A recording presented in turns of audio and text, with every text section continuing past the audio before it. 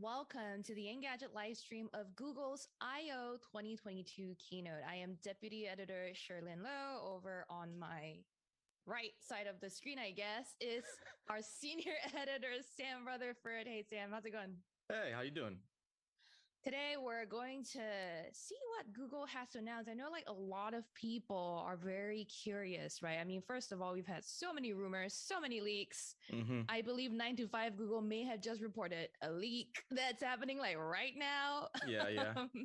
So, I mean, I guess see a lot. I guess let's kick it off from most likely things we're going to see to least likely. I think at this point, it's pretty clear we're going to see something about the Pixel Watch.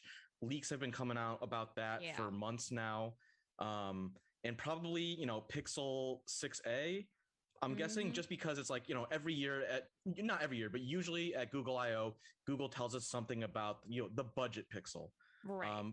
And aside from that, I think there's a lot of, stuff that's still kind of in flux. People are reporting in our YouTube live chat that there might be either very low sound or no sound, and we're going to look into that. In the meantime, speaking of the live chat, we are currently streaming this to YouTube as well as on TikTok. If you have questions on either platform, leave a comment. We will address them in our pre-show leading up to Google's I/O, which starts, by the way, in about 15 to 18 minutes at 1 p.m. Eastern. I will give you constant toilet break reminders before we get to it, because I have a feeling this is going to be a long one today. You're going to need snacks. You're going to need to hydrate. And then at the end of the keynote, during the keynote, Sam and I are not going to be commenting. We want to leave you to watch this in peace. You can stay here on the Engadget YouTube channel and keep watching it. But however, at the end, you can come over to the Engadget TikTok, where I will be answering your questions about all of the announcements live. So if you have TikTok, head on over there. Unfortunately, for you guys on YouTube, we won't be able to do that. But, just if you have TikTok, come and join the Engadget account over there. Okay, so I'm seeing that there is sound, but it's kind of low. And that Austin Marchioni, I hope that I'm pronouncing that right, says your volume is at 100 and it's a little quiet, but I am getting an update that the audio is supposed to be fixed by now. So let us know in the chat if that's true. Now, Sam, you were talking about, yes, the Pixel 6a, the Pixel Watch. Other than those two, what else do you think we're going to see? I mean, I/O is typically a software show, right? Yeah, although, it's been getting more hardware focused over the last few years. So I don't know. I mean, I think I'm personally hoping to see some more Nest stuff, but I'm not sure that's going to happen. So, don't want to get anyone's hopes up too high. It could. You never know. Yeah. Yeah. And how about you? I know. Obviously, you're very interested in the Pixel Watch, but is there anything else that you're on the lookout for? First of all, why do people assume I am so into the Pixel Watch? Well, I guess I am. You've been smartwatch central forever. Smartwatch Central. That's a website. I just wait. So who? By the way, who was the one? And I know it wasn't me who reviewed a $3,500 Louis Vuitton watch earlier this year. So it's the Super Mario LV or something. No, there was a Tag Heuer Anyway, I've reviewed a lot of ridiculous smartwatches. I get it. Pixel Watch sounds like it would be my thing. I am excited. You acted like I'm taking shots at you. This is this has been going on for a while now. No, you're right. Yeah, no, I am keen to see it. First of all, we've heard about this Pixel Watch for what, years now? This is the most long rumored Google Pixel product of all time. It was supposed to come out last year and then the year before, and we never saw it. And now it seems like we might finally get something. And at some point, it was reported that they're not working on a Pixel Watch or something like that too. I was just great way to smoke everyone, just lead us down a different trail. But I don't know. I am looking forward to hearing more about Android 13. We know that the first public beta was recently released, but that didn't give us a lot to look forward to. Right. There wasn't a huge ton of UI changes. There were a lot of minor features and some, useful quality of life updates, but nothing really meaningfully different from the Android that people have today. Exactly. In our chat, actually, on YouTube, username with just the letter Y, minimalist, I like it, asks, maybe the Google glasses will come back. Who knows? I mean, if they've kept the Pixel Watch in development for this long, who knows what they might have up their sleeves today. For me, I usually don't harbor a lot of hope for hardware on something like Google I/O. Again, it's so much a showcase for things like Assistant, a showcase for things like machine learning on their end, what they're doing with all of that in search, in maps, in AR, their photos stuff. So that's kind of what I expect, but I wouldn't put it past Google to surprise us either. Yeah, I wanna do a quick shout out to all the people that are here. I see a familiar name, Declan Flynn. That's one of our regular viewers of the Engadget YouTube, which, by the way, we host right here on the Engadget YouTube channel every Thursday at about 10 a.m. Eastern. We record the Engadget podcast right here on YouTube. You get to see the behind the scenes. You get to watch me like flub and make mistakes all the time. It's really great. Very good for my self-esteem. Jonathan Tran, I see, is here as well. But we've also got people like the boy, Randy McFarlane, Austin Marchioni, like I said, Paul Rose, Kavi Raj, Gaming with Kraken, D. Nguyen, Fernando Gomez. I can poop twice a day. Yay, it's back.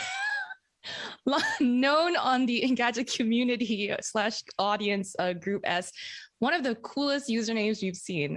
We love regularity and we support that. Hi to all of you. So again, a heads up for everyone that's watching either on TikTok or YouTube right now. We are doing a pre-show right now leading up to Google's I/O developer conference, kicking off in about 12 minutes, according to this countdown on the screen. We are pulling that directly from Google's feed. You can stay here and watch it at around 1 p.m. And then at the end of Google's keynote, well, I don't know if that's necessarily at the end, but at 3 p.m., I'm going to be live on Engadget's TikTok account to answer all your questions, and we can have a casual chat about what they announced. Sam, no Google Glass probably. On the software side, what are you looking most forward to? Yeah, I mean, just to point out, like Google Glass does sort of still continue to exist, but it's only on the enterprise side. So, I think maybe there will be some like developer discussions about VR and AR, deep, like, not consumer facing stuff. But, just remember, like Google Glass kind of still exists. It's just not for, your everyday person. Yeah. And then as far as like other software stuff, interesting to see. So I was at the auto show recently. So it's interesting to see how like more manufacturers are adopting Android Auto and Android Automotive. So maybe, we might see something about that. And I'm also kind of curious to see if we're going to get any updates about Google TV.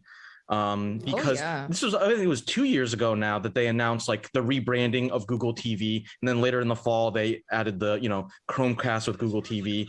And so I think it's gonna be interesting to see like what we might get in terms of like how Google's pushing into the streaming space, and any updates the Google TV platform might see. I want to shout out Ultra Matrix or Matrix on TikTok, who asks, what do you guys hope to see from Android 13? At this point, I really don't know. I just want it to wow me. I just want it to not suck. I think, is that a lot to ask for? I want Android 13 to not suck. I mean, like, look, Android 13 doesn't suck, or current Android 12 doesn't suck. So, it's highly unlikely that Android 13 is just going to be a bomb. I think for me, like what I want to see is like how Android 13 is going to, integrate some of the Android 12L stuff, because, I'm, as a foldable phone owner, I really want to see, Google really support adaptive screen sizes, adaptive resolutions for apps, because, for me, a lot of games and stuff that I run on my Galaxy Fold 3, like it doesn't look quite right because, developers haven't updated their apps, and there isn't that same level of support that you get for like a traditional like 18:9 or 16:9 display. And so, I'm really interested to see how they can, support that ecosystem and, the foldable devices in general with Android 13. We've got a lot of good comments coming in the live chat on YouTube. Christopher Reardon, who I know from following me on Twitter and also having worked with on Platform Agnostic, asks Pixel Buds Pro ? I think that's one of the rumored products. We might see it, quite likely. And then we have people like Declan Flynn pointing out, wasn't there a rumor of a cheaper Google with Chromecast dongle a few months ago, HD instead of 4K? Did it get released?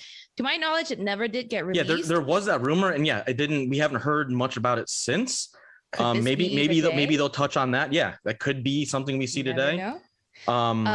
Boss Inji, I hope I'm pronouncing your last name right, says pretty sad that 2 years of updates is considered long in terms of Android updates. That is true. 2 years is nothing. I know Moto, even on one of their products, was like 1 year of updates. You get 1 year. I was like, Sherlyn has heard my rant about this before. Yeah, a lot of Moto G family phones only get 1 year of or one major OS update. Google and Samsung have been doing better, and they've, throughout the last couple of years, they've been extending their support. I believe the Pixel 6 will get at least 3 full OS updates and 5 years of security. So that's nice. Right. And then that seems standard. Yeah. And then on the Samsung side, they're doing 4 years of Android updates, which, is pretty good. Not quite Apple levels, but not solid. Samsung's not bad at all on that. Yeah. Again, more good questions from the YouTube chat. MoveFit CJ says, people use dongles, aren't smart TVs all the jazz? I mean, cool. I don't have a smart TV, so cool for y'all. As far as me, I'm a big proponent of not using the smart apps on your smart TV and using like a standalone streaming device, whether it's like an Apple TV or a Chromecast or Google TV or like an NVIDIA Fire Shield, TV, just because it's like the panel on your display, and the same thing goes for monitors, will last a really long time, but the chip inside it that's like, you rely on for processing, you might want to replace that like, sooner than the TV itself. And so if you kind of unlink those things, it does make a little bit of redundancy because you have smart apps on your box and smart apps on your TV, but at least you have more control over like, oh, here's the box that plays my games or streams my videos, and it's easier to control and switch out. It does create a little bit of added clutter, but there's trade-offs, right? Some of them are better at designing UIs than like these smart TV app makers are. I want to get through a few more questions. Austin Marchioni said, I would like them to announce improvements to the Messages app with Android 13. It's a great start, but needs some work. And then a little further down, I'm trying to find the username here. Gerald says, Austin, you have such high and low expectations at the same time. And that is kind of hilarious. Improvements to Messages app. It's really a high and low expectation, because you would think improvements to a Messages app wouldn't be something you'd need to ask for, but for Google's Messages, it is somehow one of the shittiest messaging apps I've ever used. So I would love to see that. And then Jonathan Tran asked, any expected smart home stuff? I want to get to that in a bit. I really quickly want to address Marshawn Chandler, who said, if the Pixel Watch is announced, what type of features would you like the watch to have? I'll start, but I want to hear what Sam says. I just want them to just do good fitness tracking already. Wear OS watches that are not Samsung watches have been for the longest time the worst at consistent health and activity tracking. So that's my big ask. And with that Fitbit acquisition, I don't think that's a far away or like a remote possibility. Sam, you are a smartwatch wearer, right? Yeah. Currently I have a Galaxy Watch 4 because that's the best non-Apple Watch smartwatch as far as I'm concerned. Right. And so for me, like, my expectations about smartwatches has actually kind of gone down over the years, because it's like when smartwatches were first a thing, it's like, oh, we can watch videos on our smartwatch and we can play games on a smartwatch. It's like, yeah, you can, but do you actually want to do that? Not so much. And so, what I want from a smartwatch is like kind of like you said, I want really good automatic activity tracking. So it's like, if I'm walking or if I'm running or if I just like hop on a bike, I don't want to have to like go into my watch, tell it to like, oh, start recording the session. I just want it to pick it up naturally. And I think that's something that I really want to see. And then the other thing is like, better integration for smart home controls. And I think, that's something we'll almost certainly see if it happens, just because it's like, Google has been adding more smart home controls to Android. And so I can't imagine they wouldn't do that for the, Pixel Watch if it, does make an appearance. Heck yeah. And I mean, I think that alludes it gets a little bit back to the question of Jonathan Tran asked what any expected smart home stuff. I do think we will see Google, I mean, Google's long talked about this idea of ambient computing and all of that stuff. I think the company as a whole is trying to make all your devices in your environment work together well. So I think we are all but guaranteed to see something like that. I don't know how much of it will be a focus of the keynote, but I do think we're going to see like the interesting, the base level stuff. Speaking of base level stuff, I more just want to see what they're gonna wow us with this year. I remember the I/O where they unveiled Google Duplex. Yeah. Oh my gosh, my brain was just blown. Never mind that. Then they did Starline last I/O. So I am more like, what are they going to show us this year? That's what's the like long term like secret project that they're gonna like tease us about this year? Exactly. Our Engadget YouTube account just replied to you, Sam, saying, you're so right. I don't want to have to tell my watch I'm on a run. Back to the watch thing. And you said you don't want to play games on your watch. Excuse me. I have played 2048 on an Android watch. So was that actually fun though? It was fun for like 2 seconds, maybe. Yeah, like, exactly. Oh my gosh, I can do this. And so that's kind of like my thing is like every time I try doing something more than just like responding to text or checking notifications or, controlling smart home devices, I'm just like, this would be way better on my phone. And so it's like, and like kind of to your point about ambient computing, I think people want their smartwatch to be more of a passive kind of automatic tracking system instead of something that like they actively fiddle with, because that's what your phone or your laptop does. That's like your work machine where you're actively like, making content or, getting stuff done. Whereas like people don't want to pay attention to their watch 24/7. They don't want to always be looking down at their wrist. Exactly. Declan Flynn is on fire with the comments today. First of all, smart TVs are great until you don't have updates anymore. And then you have a nice room divider.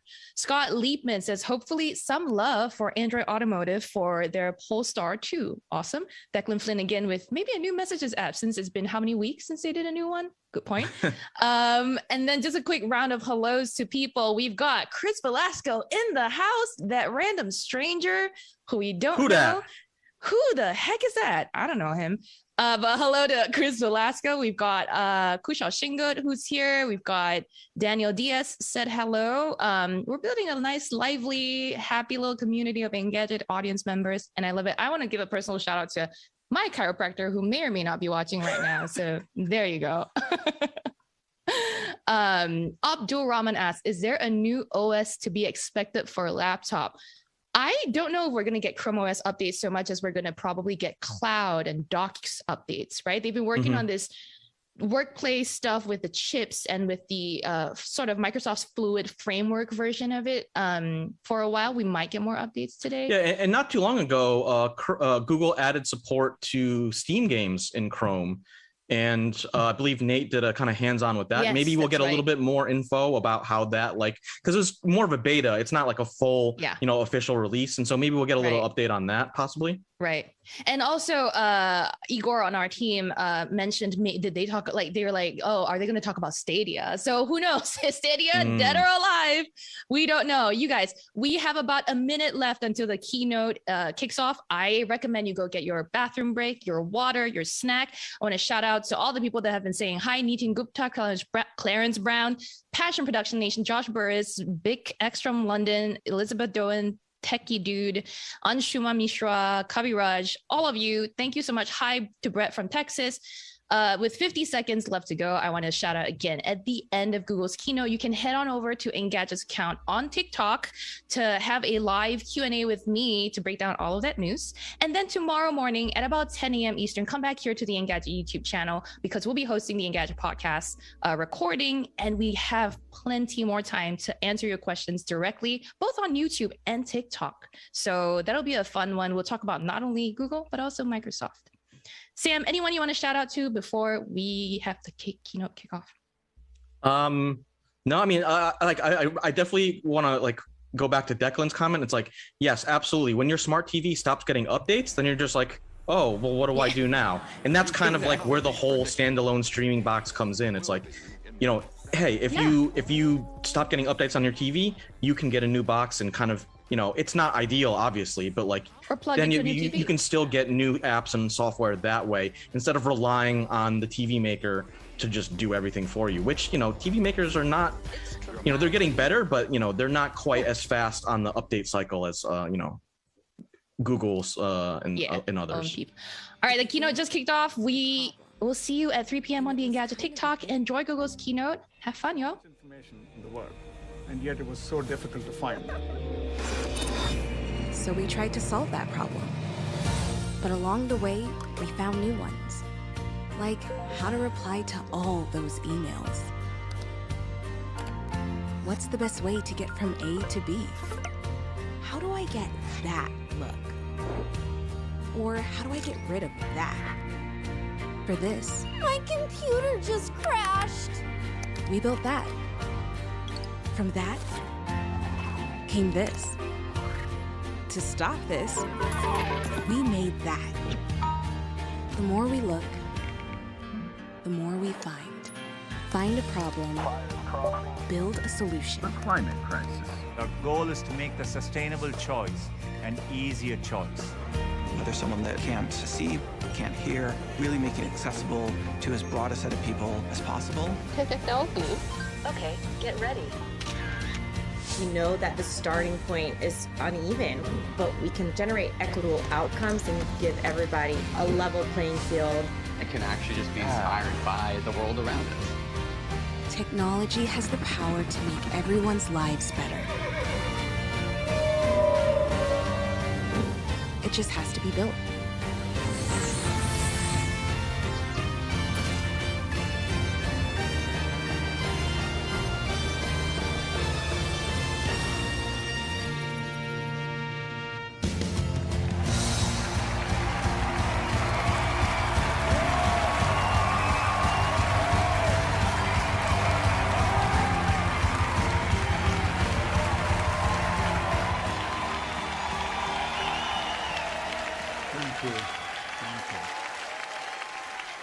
All right, mic check, 1, 2, 3. Can you guys hear me?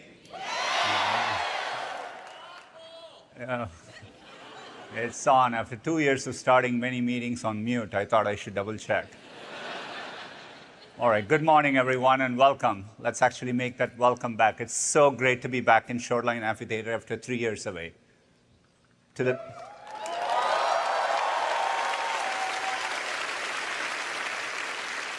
Well, thank you for joining us, and to the thousands of developers, partners, and Googlers here with us, it's great to see all of you.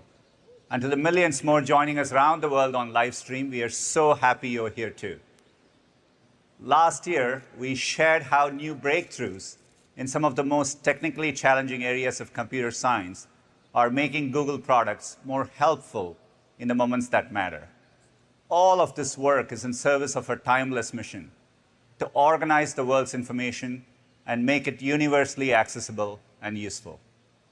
I'm excited to show you how we are driving that mission forward in 2 key ways: by deepening our understanding of information so that we can turn it into knowledge, and advancing the state of computing so that knowledge is easier to access, no matter who or where you are.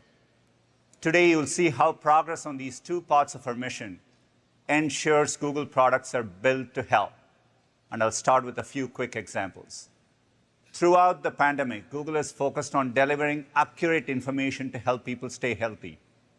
Over the last year, people used Google Search and Maps to find where they could get a COVID vaccine nearly 2 billion times. We've also expanded our flood forecasting technology to help people stay safe in the face of natural disasters. During last year's monsoon season, our flood alerts notified more than 23 million people in India and Bangladesh, and we estimate this supported the timely evacuation of hundreds of thousands of people. In Ukraine, we worked with the government to rapidly deploy air raid alerts. To date, we have delivered hundreds of millions of alerts.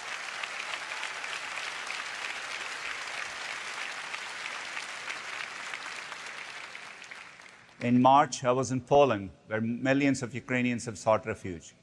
Warsaw's population has increased by nearly 20% as families host refugees in their homes, and schools welcome thousands of new students. Nearly every Google employee I spoke with was hosting someone. In countries around the world, Google Translate has been a crucial tool for newcomers and residents trying to communicate with one another. We are proud of how it's helping Ukrainians find a bit of hope and connection until they are able to return home again. Real-time translation is a testament to how knowledge and computing come together to make people's lives better. More people are using Google Translate than ever before, but we still have work to do to make it universally accessible. There is a long tail of languages that are underrepresented on the web today, and translating them is a hard technical problem. That's because translation models are usually trained with bilingual text. For example, the same phrase in both English and Spanish. However, there's not enough publicly available bilingual text for every language. So with advances in machine learning, we have developed a monolingual approach, where the model learns to translate a new language without ever seeing a direct translation of it. By collaborating with native speakers and institutions, we found these translations were of sufficient quality to be useful. Today, I'm excited to announce that we are adding 24 new languages to Google Translate.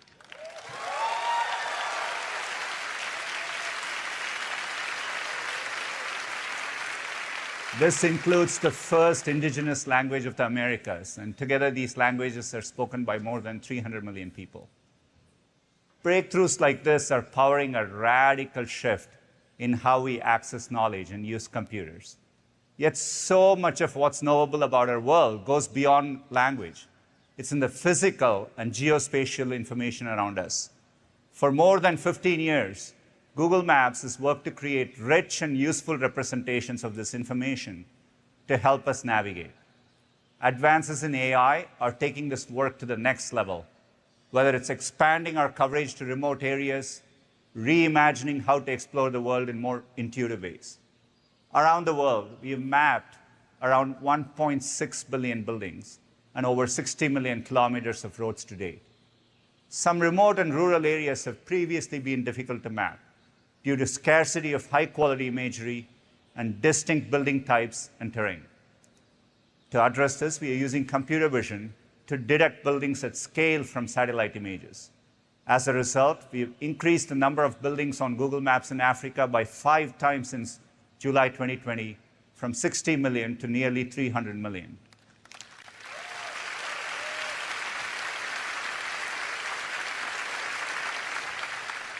We have also doubled the number of buildings mapped in India and Indonesia this year. And globally, over 20% of buildings on Google Maps have been detected using these new techniques.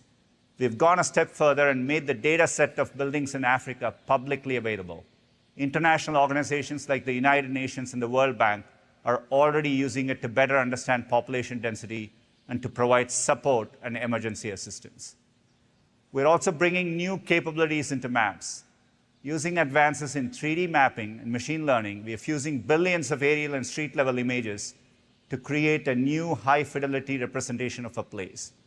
These breakthrough technologies are coming together to power a new experience in maps called Immersive View. It allows you to explore a place like never before. Let's go to London and take a look. What a beautiful city. Say you're planning to visit Westminster with your family. You can get into this immersive view straight from maps on your phone. And you can pan around the sides. Here's Westminster Abbey. And if you're thinking of heading to see Big Ben, you can check if there's traffic, how busy it is, and even see the weather forecast. It's London, so I'm guessing it's rain. Now, if you're looking to grab a bite during your visit, you can check out restaurants nearby and get a glimpse inside.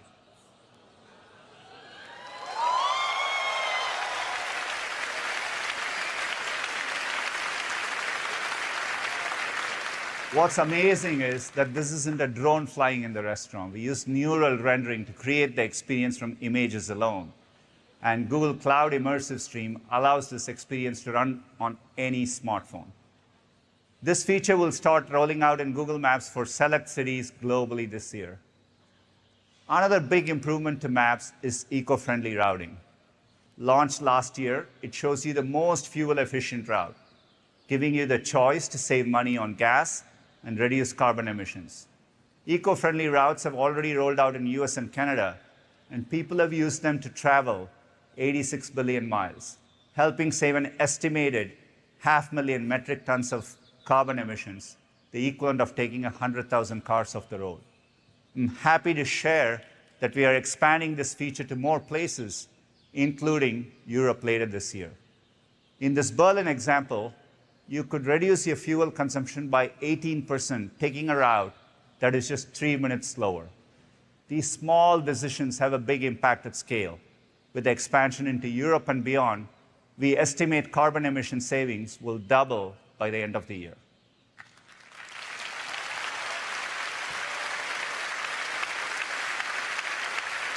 And we've added a similar feature to Google Flights. When you search for flights between two cities, we also show you carbon emission estimates alongside other information like price and schedule, making it easy to choose a greener option. These eco-friendly features in maps and flights are part of our goal to empower 1 billion people to make more sustainable choices through our products, and we are excited about the progress here. Beyond maps, video is becoming an even more fundamental part of how we share information, communicate, and learn. Often, when you come to YouTube, you're looking for a specific moment in a video, and we want to help you get there faster. Last year, we launched auto-generated chapters to make it easier to jump to the part you're most interested in. This is also great for creators because it saves them time making chapters. We are now applying multimodal technology from Deepmind. It simultaneously uses text, audio, and video to auto-generate chapters with greater accuracy and speed. With this, we now have a goal to 10x the number of videos with auto-generated chapters from 8 million today to 80 million over the next year. Often the fastest way to get a sense of a video's content is to read its transcript. So we are also using speech recognition models to transcribe videos. Video transcripts are now available to all Android and iOS users. Next up, we are bringing auto-translated captions on YouTube to mobile, which means viewers can now auto-translate video captions in 16 languages, and creators can grow their global audience. We'll also be expanding auto-translated captions to Ukrainian YouTube content next month, part of our larger effort to increase access to accurate information about the war.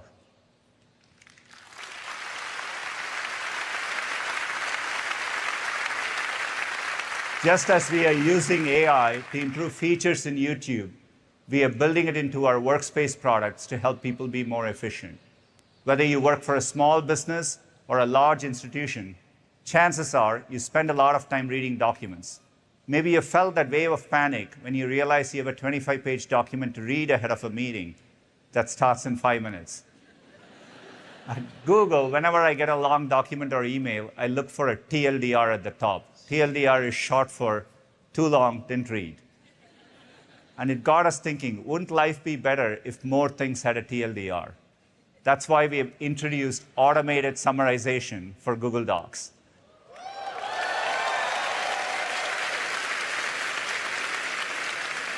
Using one of our machine learning models, Google Docs will automatically parse and pull out the main points. This marks a big leap forward for natural language processing. It requires understanding of long passages, information compression, and language generation, which used to be outside of the capabilities of even the best machine learning models. And docs are only the beginning.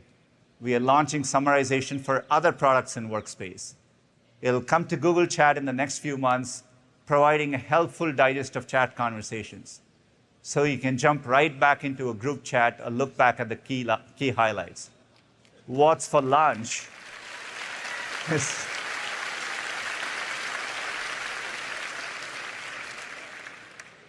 What's for lunch is definitely a highlight in my opinion. We are working to bring transcription and summarization to Google Meet as well, so you can catch up on some of the most important meetings you missed. Of course, there are many moments where you really want to be in a virtual room with someone, and that's why we continue to improve audio and video quality, inspired by Project Starline, which we introduced at I/O last year. We've been testing it across Google offices to get feedback and improve the technology for the future. And in the process, we've learned some things that we can apply right now to Google Meet. Starline-inspired machine learning-powered image processing to automatically improve your image quality on Google Meet.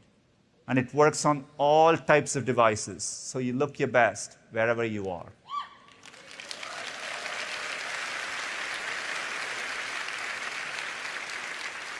We're also bringing studio-quality virtual lighting to Meet. You can adjust the light position and brightness so you'll still be visible in a dark room or sitting in front of a window. We are testing this feature to ensure everyone looks like their true selves, continuing the work we have done with real tone on the Pixel phones on the Monk scale, which we will tell you about in just a moment. These are just some of the ways AI is improving our products, making them more helpful, more accessible, and delivering innovative new features for everyone. Now I'll turn it over to Prabhakar to share the progress we are making on our original and most important product, Google Search.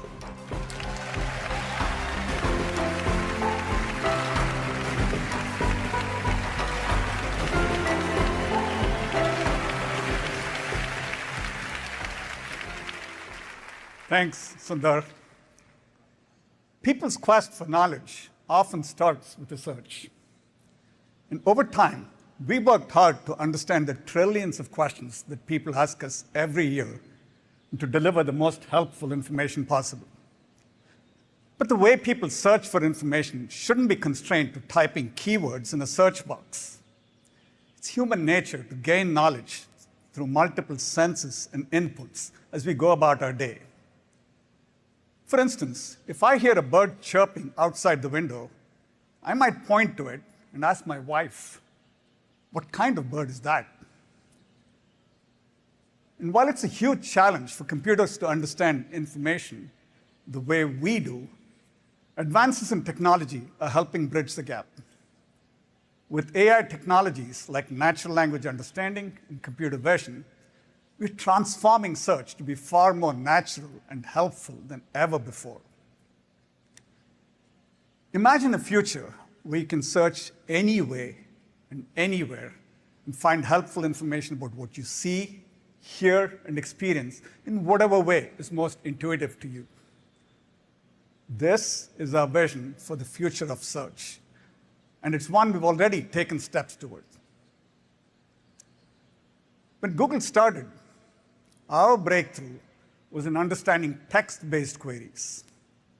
Over time, people have asked us more complex and nuanced questions, and our investment in natural language understanding has significantly improved our ability to answer these, even when the query feels like a brain teaser.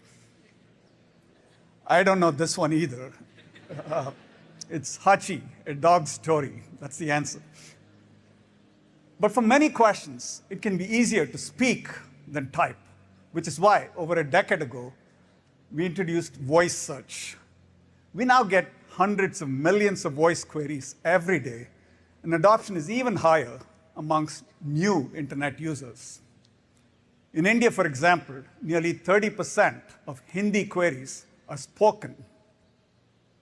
But often, seeing is understanding.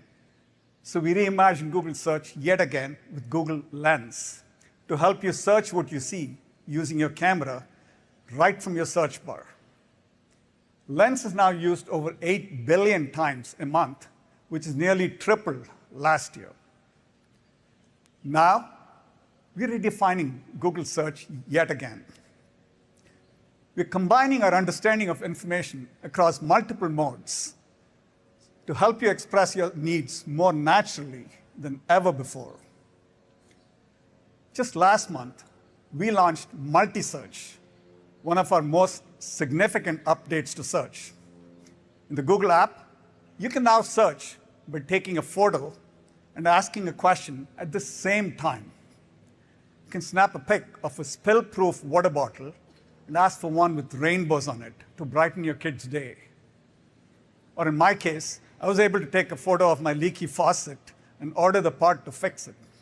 The funny thing is, I still don't know what that part is called. But this is just the beginning of what we can do with multi-search. Later this year, we'll add a new way to search for local information with multi-search near me. Just take a picture or long press one you see online and add Near Me to find what you need from the millions of local businesses we serve in Google. Near Me will work on multi-search for everything from apparel to home goods to my personal favorite, food and local restaurants. So let's say I spot a tasty-looking dish online. I don't know what's in it or what it's called, but it's making me hungry. With this new capability, I can quickly identify that it's japchae, a Korean dish, find nearby restaurants that serve it, and enjoy it in no time.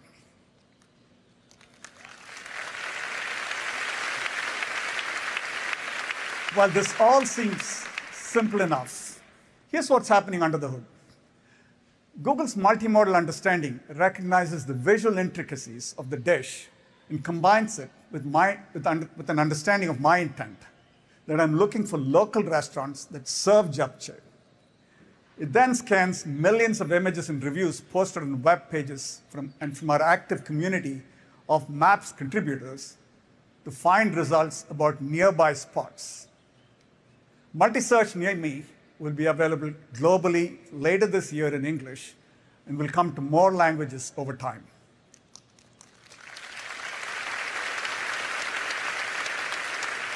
Today, this technology recognizes objects captured within a single frame.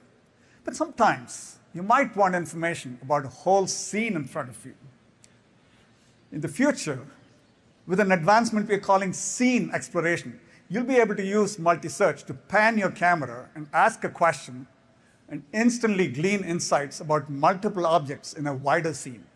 Let me give you an example. Let's say you're trying to pick out the perfect candy bar for your friend who's a bit of a chocolate connoisseur. You know they like dark chocolate and have an aversion to nuts, and of course you want to get them something good. If you went to the store today to find the best nut-free dark chocolate, you'd be standing in the aisle for a while. You'd look at each bar, figure out which type of chocolate it is, whether it's nut-free, compare and contrast the options, and maybe even look up reviews online. But thanks to scene exploration, you'll be able to scan the entire shelf with your camera and see helpful insights overlaid in front of you.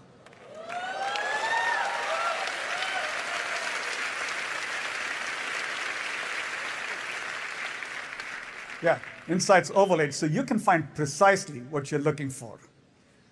Try doing that with just keywords. Here's how it works. Scene exploration uses computer vision to instantly connect the multiple frames that make up the scene and identify all the objects within it. Simultaneously, it taps into the richness of the web and Google's knowledge graph to surface the most helpful results. In this case, which bars are nut-free, dark chocolate, and highly rated. Scene exploration is a powerful breakthrough in our device's ability to understand the world the way we do. And it gives us a superpower, the ability to see relevant information overlaid in the context of the world around us. You could imagine using this in a pharmacy to find a scent-free moisturizer, or at your local corner store to find a Black-owned wine label to support.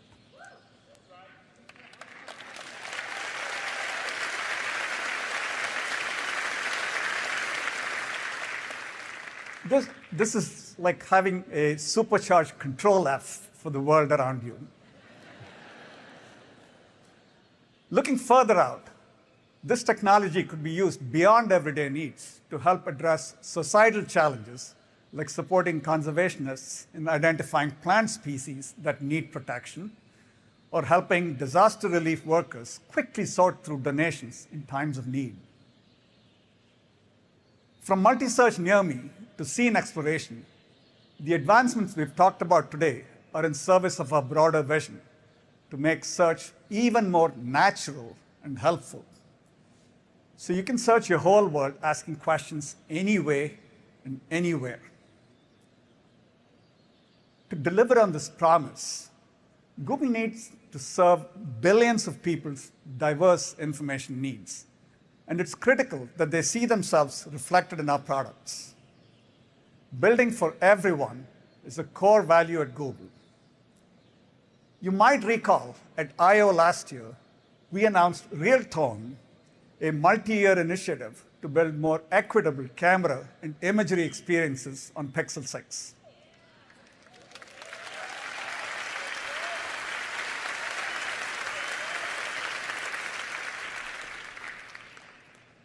We are now expanding our commitment to skin tone equity across Google products. We partnered with Harvard professor Dr. Ellis Monk, who spent the past decade researching the impact of race, ethnicity, and skin tone on social inequality. And his research and expertise are shaping how we approach inclusivity in our products. Before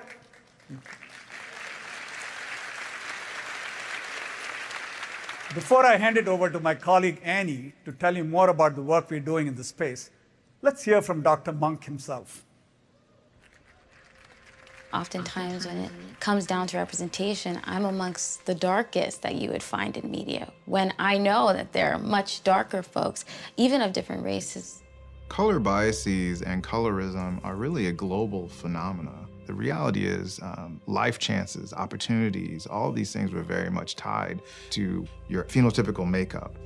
It's facts. I feel like ever since I was a kid, if you were dark, you were not considered pretty. From a really young age, I did feel a really strong sense of responsibility to dig more deeply into issues of colorism. So for the last 10 years, I've been working on issues of racial inequality. And I developed a 10-point skin tone scale with the goal of making sure that everyone across the skin tone continuum feels represented. Do you feel like right now it's easy to find your skin tone? When we type beauty tutorial, if we only see white women, just ties into the bigger picture of not being represented. We can weed out these biases in our technology from a really early stage and make sure that the technologies that we have work equally well across all skin tones. I think this is just a huge step forward. Being represented is a right. If the internet truly is for everyone, then everyone should be represented. There is great potential for the tech industry to adopt the scale because the world is a better place when technology works equally well for everyone.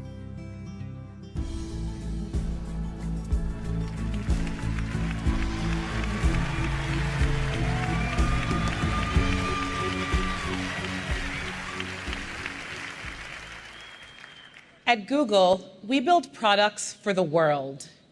Billions of people with varied backgrounds and experiences rely on our products every day. As Dr. Monk mentioned, skin tone is one of many important dimensions that shapes people's identity and experiences, and we all deserve to feel seen and validated. Today, we're excited to share how we're starting to use the Monk skin tone scale to build more inclusive products across Google. Developed by Dr. Monk, the scale adds a critical step to our product development and testing to ensure the technology powering our features works well for everyone. Our research has shown that more people in the US find the Monk scale to more accurately reflect their skin tone compared to the current industry standard. This was especially true for people with darker skin tones.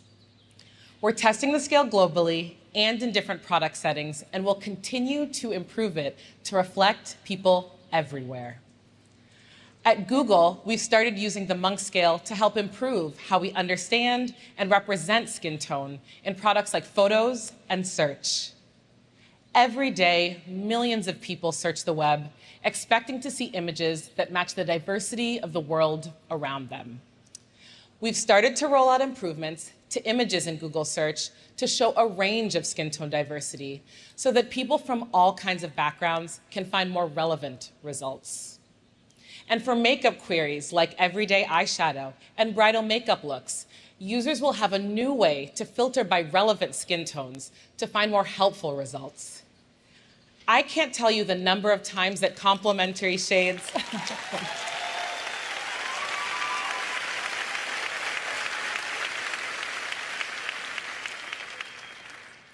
I can't tell you the number of times complementary shades for my skin tone haven't been available. And so I'm personally thrilled to be able to easily filter for images that I can relate to. Building on our work with Realtone, we're also using the Monk scale to improve imagery experiences in products like Google Photos.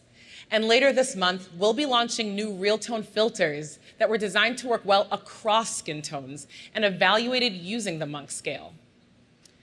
These filters were crafted by a diverse range of renowned image makers who are celebrated for beautiful and accurate depictions of their subjects. With Realtone filters, you can apply the beauty and authenticity of professional editing to your own photos with just a few taps.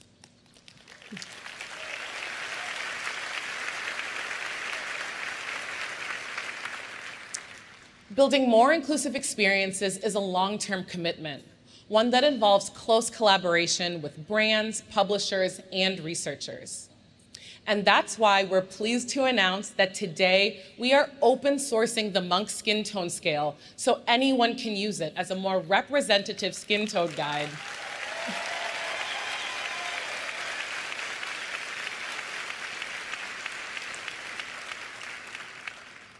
In research and in product development. By open sourcing the scale, our goal is to improve it over time in partnership with the industry.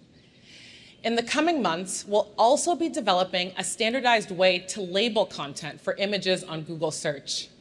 Creators, brands, and publishers will be able to use an inclusive schema to label images with attributes like skin tone, hair color, and hair texture.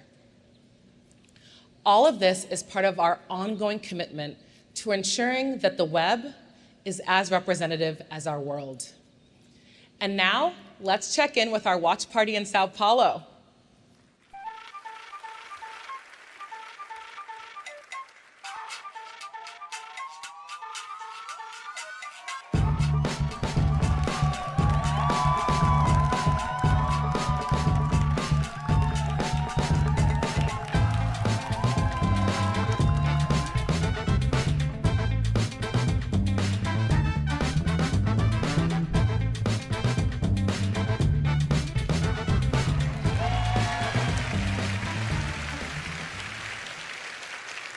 Thanks, Annie and team, for such inspiring work, and hola, Sao Paulo. So far today, we have talked about how we are advancing access to knowledge as part of our mission, from better language translation to improved search experiences across images and video, to richer explorations of the world using maps. Now we are going to focus on how we make that knowledge even more accessible through computing. The journey we've been on with computing is an exciting one. Every shift from desktop to the web, to mobile, to wearables and ambient computing has made knowledge more useful in our daily lives. As helpful as our devices are, we've had to work pretty hard to adapt to them. I've always thought computers should be adapting to people, not the other way around. So we continue to push ourselves to make progress here. To share more about how we are making computing more natural and intuitive with the Google Assistant, here's Sissy.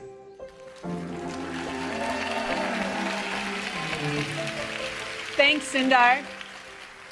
It's amazing how quickly voice is becoming such a common way to access computing. Every month, over 700 million people around the world get everyday tasks done with their assistant. They can just say, "Hey Google," to get help on the go, in their homes, and even in the car. But these interactions are still not as natural as they could be. First, you should be able to easily initiate conversations with your assistant. So today, we're introducing 2 new options so you don't have to say, "Hey Google," every time.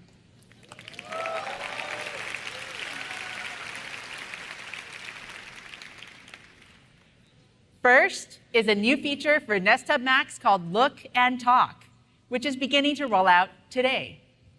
You can simply look directly at your device and ask for what you need, like when you make eye contact to start a conversation with another person. Once you opt in, Look and Talk is designed to activate when both Face Match and Voice Match recognize it's you.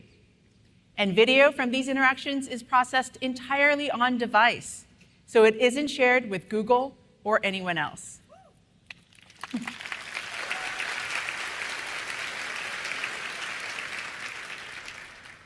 let me turn the camera back on and show you how it works.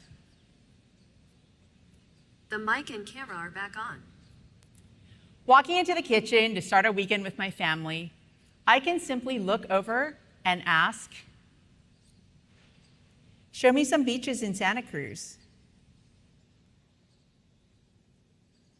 I found a few beaches near Santa Cruz.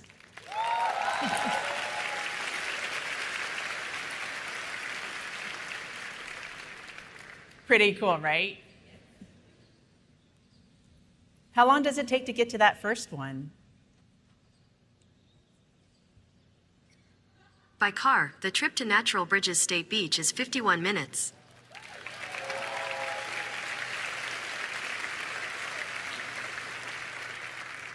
That's so much easier than saying the hot word over and over.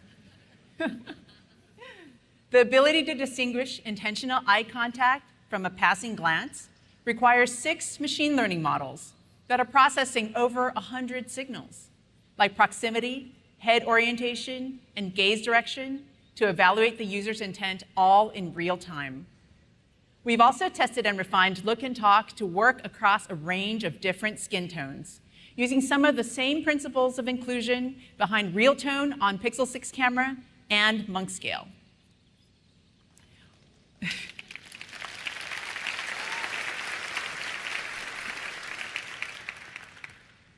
We're also excited to expand quick phrases on Nest Hub Max.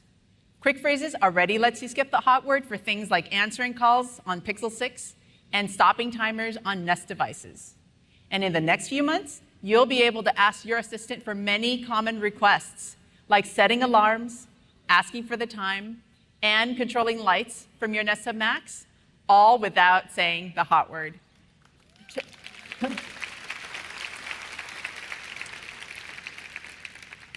All right, check this out. Turn off the living room light.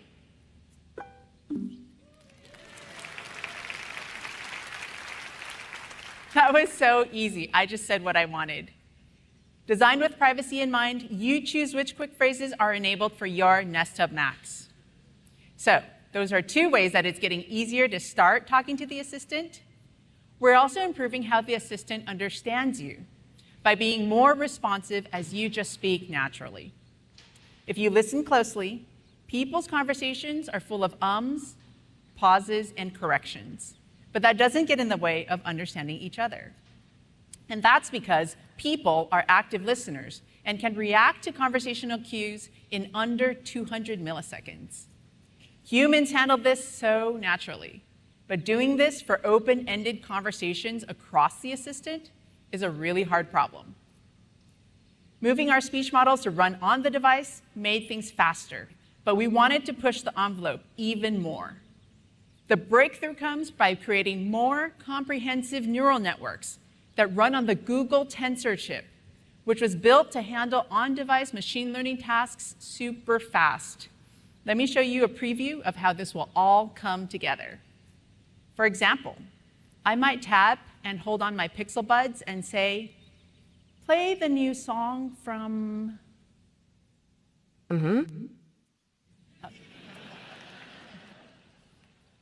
Florence and the something?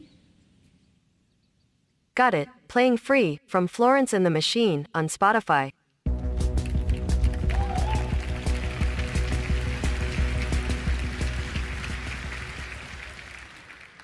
You heard how I stumbled at the beginning, but my assistant gently encouraged me to complete my thought.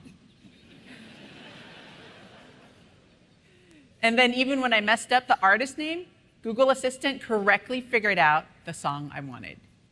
It's amazing how these improvements change the way it feels to talk to your assistant. You can stop worrying about the right way to ask for something and just relax and talk naturally. This is how we're pushing computing forward with natural conversation, letting you easily initiate conversation and making it so you can just speak naturally, all so you can be truly understood. I'm excited to see how our voices will become a faster, hands-free way to get things done across many types of devices, including a growing Android ecosystem that you'll hear about in a few minutes. Thanks, and back to you, Sundar.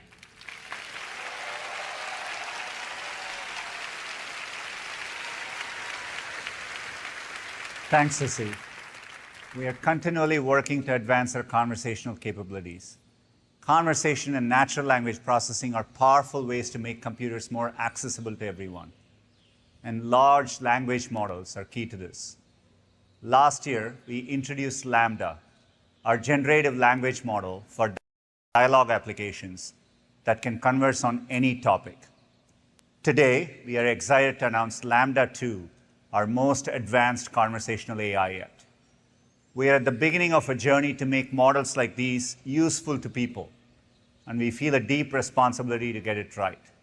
And to make progress, we need people to experience the technology and provide feedback.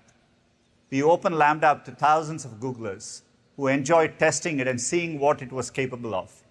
This yielded significant quality improvements and led to a reduction in inaccurate or offensive responses. That's why we have made AI Test Kitchen. It's a new way to explore AI features with a broader audience. Inside the AI Test Kitchen, there are a few different experiences. Each is meant to give you a sense of what it might be like to have Lambda in your hands and use it for things you care about. The first is called Imagine It. This demo tests if the model can take a creative idea you give it and generate imaginative and relevant descriptions. These are not products, they are quick sketches that allow us to explore what Lambda can do with you. As you see, the user interfaces are very simple. Say you're writing a story and you need some inspirational ideas. Maybe one of your characters is exploring the deep ocean. You can ask what that might feel like. Here, Lambda describes a scene in the Mariana Trench. It even generates follow-up questions for you on the fly. You can ask Lambda to imagine what kind of creatures might live there. Remember, we didn't hand program the model for specific topics like submarines or bioluminescence.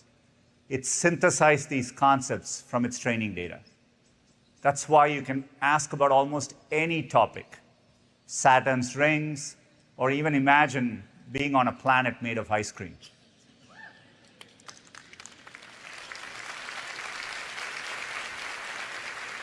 Staying on topic is a challenge for language models. Say you're building a learning experience. You want it to be open-ended enough to allow people to explore where curiosity takes them, but stay safely on topic. Our second demo tests how Lambda does with that. In this demo, we have primed the model to focus on the topic of dogs. It again starts by generating a question to spark conversation. Have you ever wondered why dogs love to play fetch so much? And if you ask a follow-up question, you get an answer with some relevant details. It's interesting. It thinks it might have something to do with the sense of smell and treasure hunting. You can take the conversation any way you want. Maybe you're curious about how smell works, and you just want to dive deeper. You'll get a unique response for that, too. No matter what you ask, it'll try to keep the conversation on the topic of dogs. If I start asking about cricket, which I probably would, the model brings the topic back to dogs in a fun way. I do think dogs would. Now, the challenge of staying on topic is a tricky one. It's an important area of research for building useful applications with language models. And this last demo is my favorite, so we're going to do it live. Let me turn it over to Josh.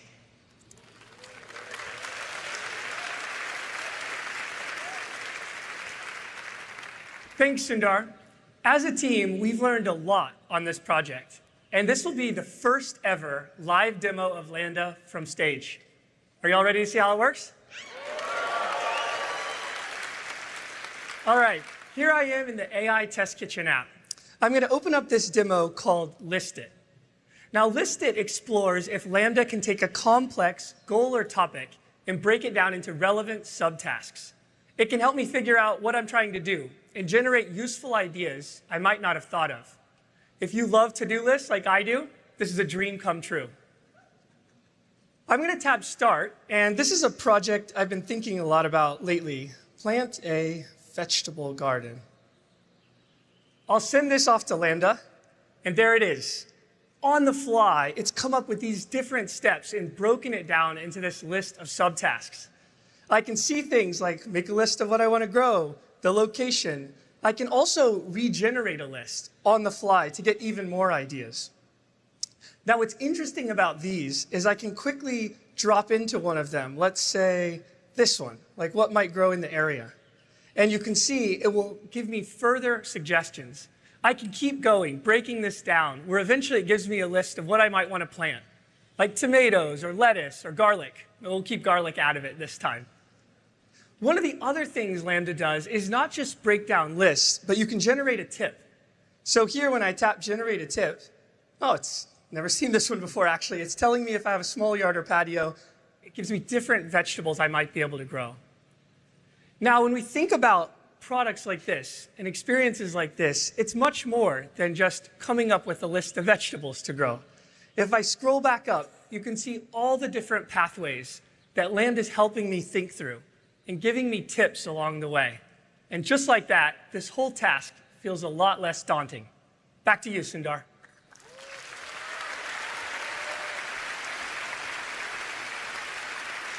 Thanks, Josh. Just like the other demos, you can input all kinds of goals, whether it's moving to a new city or learning an instrument. These experiences show the potential of language models to one day help us with things like planning, learning about the world, and more. Of course, there are significant challenges to solve before these models can truly be useful. While we have improved safety, the model might still generate inaccurate, inappropriate, or offensive responses. That's why we are inviting feedback in the app so people can help report problems. And we'll be doing all of this work in accordance with our AI principles. Our process will be iterative, opening up access over the coming months, and carefully assessing feedback with a broad range of stakeholders, from AI researchers and social scientists to human rights experts. We'll incorporate this feedback into future versions of Lambda and share our findings as we go. Over time, we intend to continue adding other emerging areas of AI into our AI test kitchen, and you can learn more here. As you just saw, Lambda 2 has incredible conversational capabilities. To explore other aspects of natural language processing and AI, we recently announced a new model. It's called Pathways Language Model, or PaLM for short. It's our largest model to date and trained on 540 billion parameters. PaLM demonstrates breakthrough performance on many natural language processing tasks, such as generating code from text, answering a math word problem, or even explaining a joke. It achieves this through greater scale. And when we combine that scale with a new technique called chain of thought prompting, the results are promising. Chain of thought prompting allows us to describe multi-step problems as a series of intermediate steps. Let's take an example of a math word problem that requires reasoning. Normally, how you use a model is you prompt it with a question and an answer, and then you start asking questions. In this case, how many hours are in the month of May? So as you can see, the model didn't quite get it right. So in chain of thought prompting, we give the model a question-answer pair, but this time, we explain how the answer was derived. Kind of like when your teacher gives you a step-by-step example to help you understand how to solve a problem. Now, if we ask the model again, how many hours are in the month of May, or other related question, it actually answers correctly, and it even shows its work.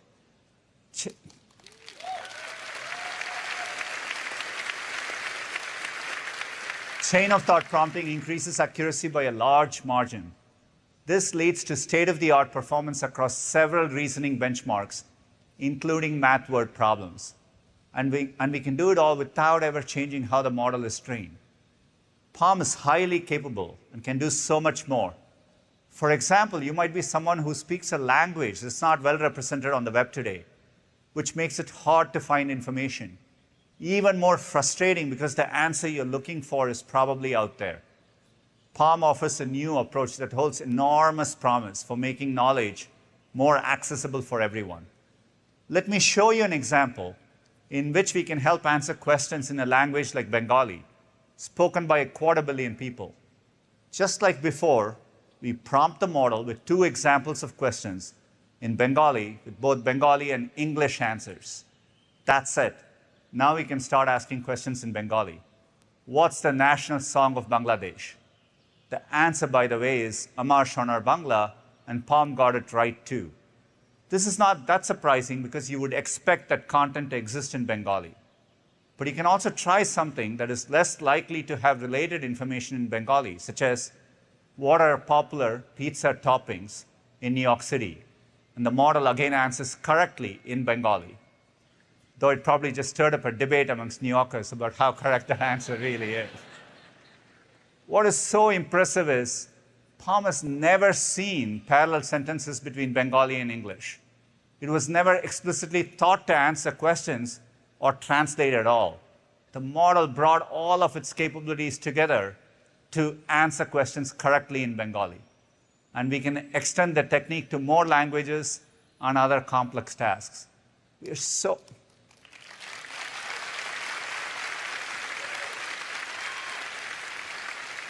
so optimistic about the potential for language models. One day we hope we can answer questions on more topics in any language you speak, making knowledge even more accessible in search and across all of Google. All the advances we have shared today are possible only because of our continued innovation in our infrastructure. Recently, we announced plans to invest $9.5 billion in data centers and offices across the US. One of our state-of-the-art data centers is in Mays County, Oklahoma. I'm excited to announce that there we are launching the world's largest publicly available machine learning hub for all our Google Cloud customers. This machine learning hub has 8 Cloud TPU v4 pods, custom built on the same networking infrastructure that powers Google's largest neural models. They provide nearly 9 exaflops of computing power in aggregate, bringing our customers an unprecedented ability to run complex models and workloads. We hope this will fuel innovation across many fields, from medicine to logistics, sustainability, and more. And speaking of sustainability, this hub is already operating at 90% carbon-free energy.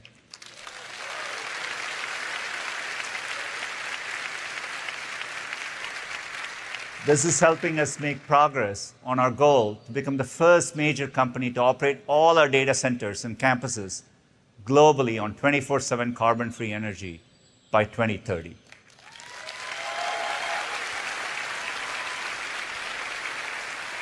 Even as we invest in our data centers, we are also working to innovate on our mobile platforms, so more processing can actually happen locally on device. Google Tensor, our custom system on a chip, was an important step in this direction. It's already running on Pixel 6 and Pixel 6 Pro and brings our AI capabilities, including the best speech recognition we've ever deployed, right to your phone. It's also a big step forward in making those devices more secure. Combined with Android's private compute core, it can run data-powered features directly on device so that it's private to you. To share more about how we are making computing safer with Google, let me turn it over to Jen.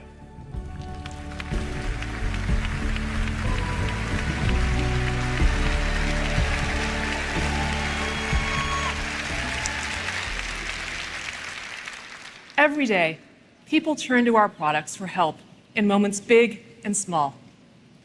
Core to making this possible is protecting your private information every step of the way.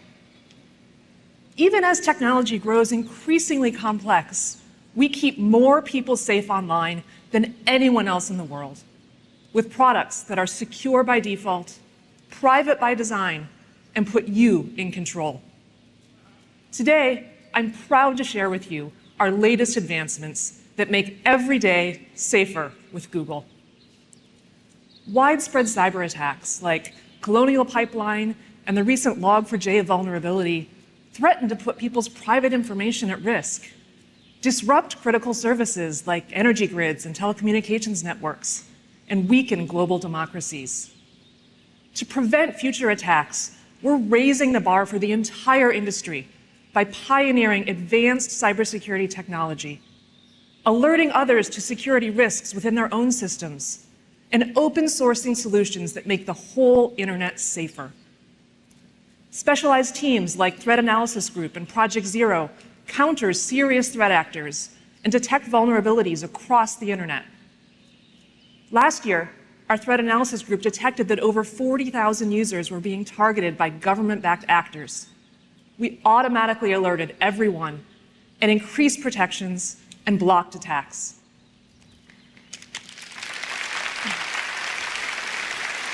Most recently, with the war in Ukraine, we observed a surge of distributed denial of service attacks against websites providing critical information, like current news and evacuation resources. We expanded our free DDoS defense program, Project Shield, to defend more than 180 Ukrainian websites, including those that belong to the Ukrainian government, news, and human rights groups. And because much of the world's technology infrastructure is dangerously outdated, we're now investing $10 billion to modernize vulnerable systems and infrastructures, secure the software supply chain, and train 100,000 Americans in digital skills, including data privacy and cybersecurity, through the Google Career Certificate Program. In addition to keeping companies and organizations safe around the world, we build advanced security into everything we make to protect individual users. In the last few years, phishing scams have risen substantially, and they're responsible for 90% of recent cyber attacks. Our built-in protections intercept these attempts before they ever reach you. For example, every day, Gmail and Messages by Google block more than 15 billion spam and phishing messages. Google Play now scans 125 billion installed apps for malware, making the entire app ecosystem safer. And our safe browsing technology, built into Chrome and other major browsers, now protects 5 billion devices from risky sites. Detecting and blocking threats at this scale every day makes our AI-powered protection second to none, and also enables our teams to identify new areas to safeguard. Which is why we're now scaling our proven phishing protections to Google Docs, Sheets, and Slides. Soon, if you're working in a shared doc that contains a suspicious link, we'll automatically alert you and take you back to safety.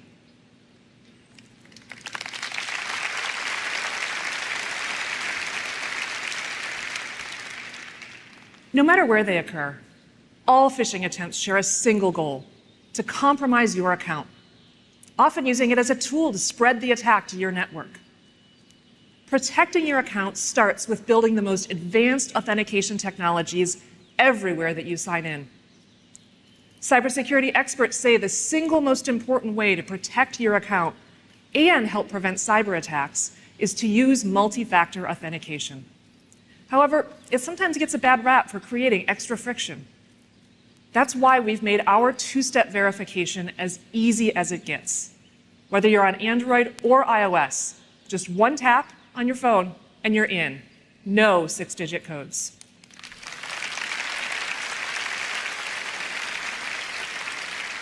Over 10 years ago, we were the first consumer technology company to offer two-step verification, and we're now the first to turn it on by default. Last year alone, we enrolled an additional 150 million accounts in two-step verification. And we're optimizing and account recovery experience so that we can turn on this additional layer of protection for everyone. To extend the world-class security of your Google account to all your online accounts, we built Sign In with Google. Every day, 400 million people use it for secure one-click access to everything from travel sites to grocery apps. Building an authentication system that's secure and easy to use is a massive challenge. I mean, how many times have we all had to click forgot password? Thanks to years of engineering investment in our password manager, two-step verification, security keys, and most recently, passkeys, we've laid the path for a future without passwords.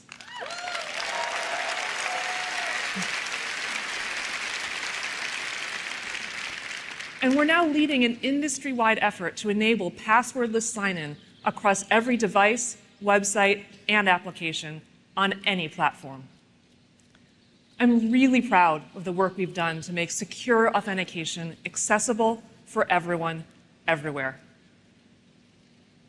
As we all do more and more of our shopping online, keeping your payment information safe and secure is critically important. Today, I'm excited to announce the launch of virtual cards on Chrome and Android. Now, when you use autofill to complete your payment details at checkout, we'll replace your card number with a distinct virtual number, reducing the risk of fraud and identity theft. To give more people access to a safer way to pay online, we've worked closely with Visa, American Express, Capital One, and MasterCard to roll out virtual cards starting this summer.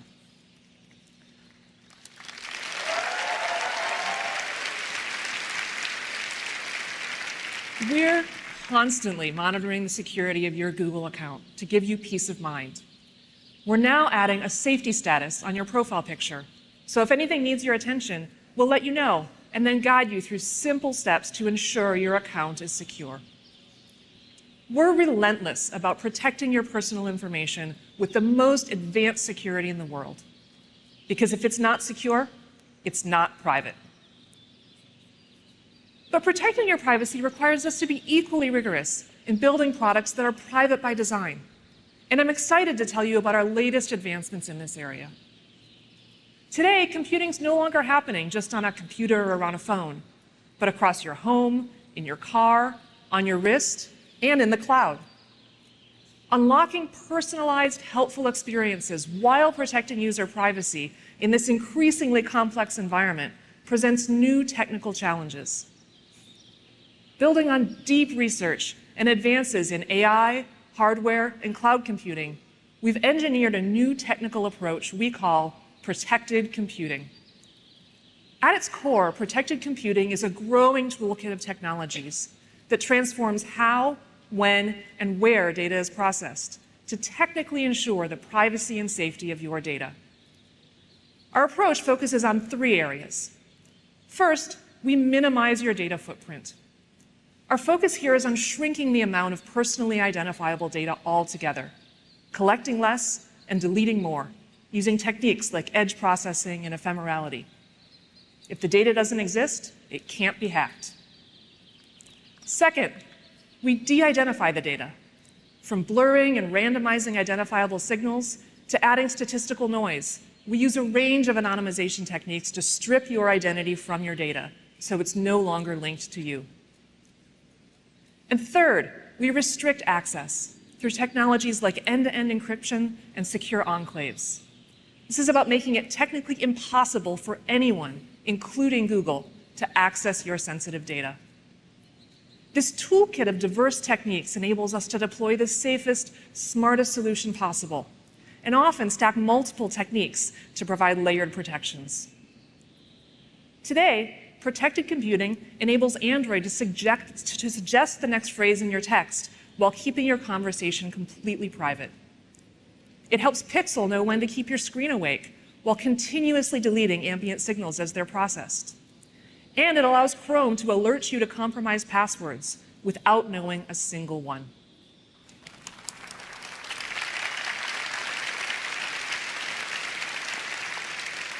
Later today, you'll hear more about how protected computing is enabling new ambient experiences across your Android and smart home devices while keeping your information private.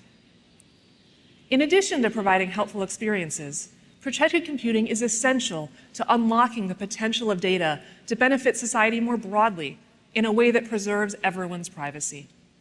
For example, our environmental insights team is exploring how, with protected computing, we can provide local governments with de-identified and aggregated location and movement data within their cities to help reduce their carbon footprint. Protected computing represents our deep commitment to innovating new technical solutions that make technology more helpful, safe, and private everywhere that computing happens. No one else is deploying such a multifaceted approach at our scale, and I'm excited to see all the ways our teams will apply protected computing to ensure that every day you're safer with Google.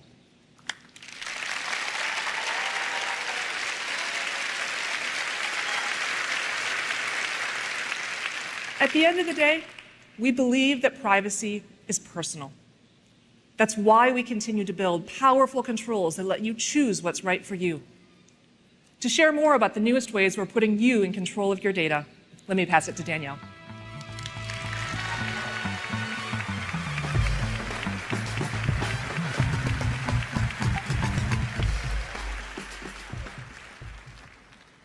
We feel feel privileged that billions of people trust products like Search, Chrome, Maps, and Android to help them every day. And we work hard to earn that trust by providing tools that put you in control of your privacy and that help you control your online experience. As Jen mentioned, protecting your privacy is central to making every day safer with Google. An important way that we do this is by helping you take more control over your data, including the data used to show you ads. We never sell your personal information to anyone or use the content you store in apps like Gmail, Google Photos, or Drive for advertising purposes. We also never use sensitive information like health, race, religion, or sexual orientation for personalized ads, period. We believe that the best ads are helpful, relevant, and safe. So later this year, we'll launch My Ad Center to give you even more control over the ads you see across YouTube, Search, and Discover. We're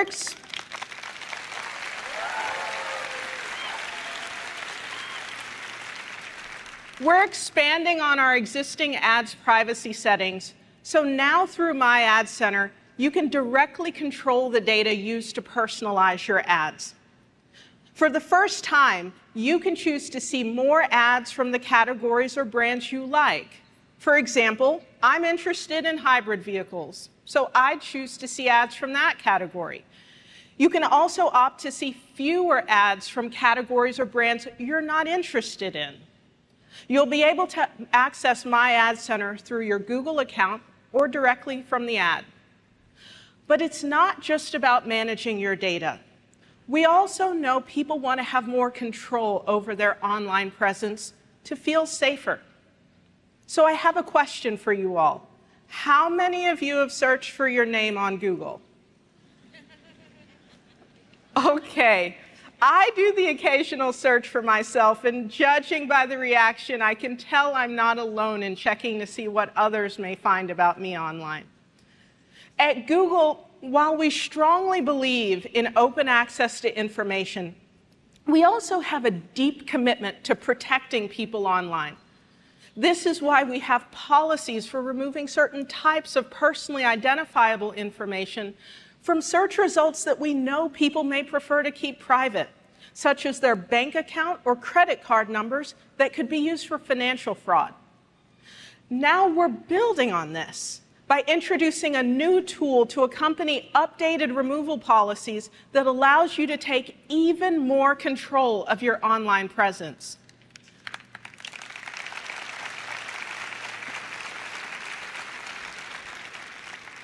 Soon, if you find search results that contain your contact details, such as your phone number, home address, or email address that you want taken down, you can easily request their removal from Google Search.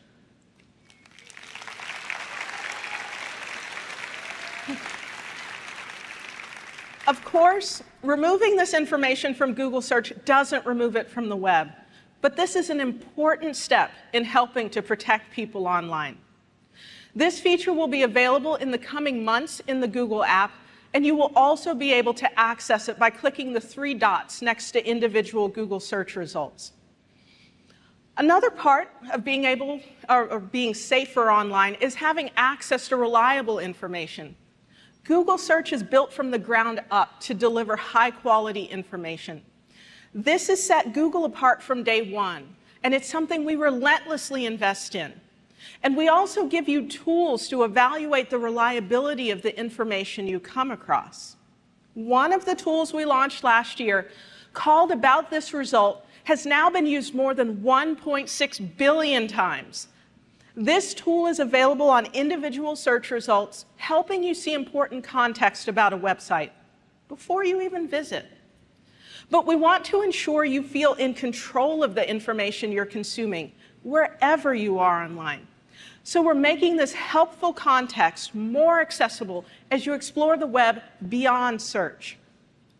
So imagine you're researching conservation efforts, and you find yourself on an unfamiliar website of a rainforest protection organization. Before you decide to donate, you'd like to understand if it's reliable. And with just a tap, the Google app will soon surface relevant context about the website, including the site description, what they say about themselves, and what others say about them, helping you explore with confidence. You'll be able to see context like this on any website, coming soon to the Google app on both iOS and Android.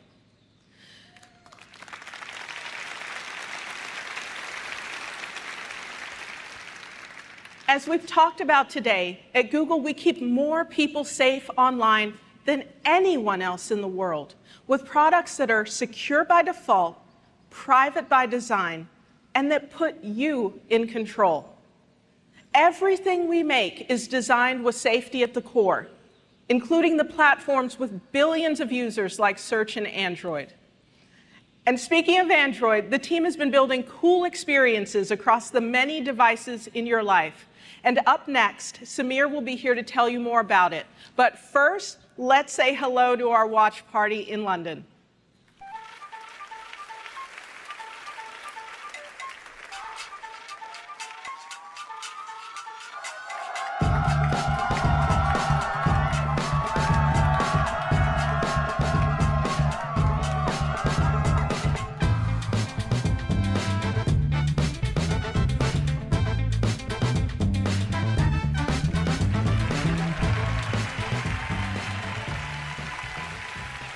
Hi, everyone. It's great to be back at Shoreline for Google I/O.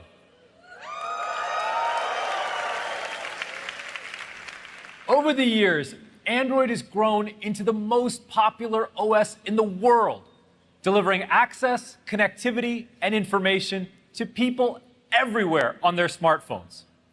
Last year alone, consumers activated 1 billion new Android phones. And as Prabhakar showed us earlier, with advances in machine learning, these supercomputers in our pocket can help us get more done than ever before.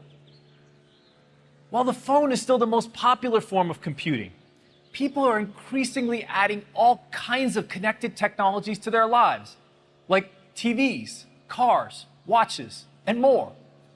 And even if those devices don't come from different manufacturers, people expect everything to work together without the hassle. It's got to be simple. Android has always been about people choosing the technology that works best for them. In a multi-device world, we believe this openness is even more essential for creating the best consumer experience. So let's talk about what's new in Android 13 to bring all the benefits of this multi-device future to everyone. There are 3 big themes we're focused on. First, enabling you to do more with your phone at the center. Second, extending beyond the phone to all the forms of computing people love, like watches, tablets, and more. And third, making all your devices work better together to solve problems and help you throughout your day. Let's start by talking about phones. Android 13 builds on our Material You design language, so your phone has even more ways to adapt to your style. All your app icons can now incorporate your color theme. And there's a new media control that tailors its look to the music you're listening to. I love how the progress bar grooves to the beat. It's super cool. You can even personalize your experience by setting a different language per app. So if you're multilingual, you can use your social media app in one language and your banking app in another.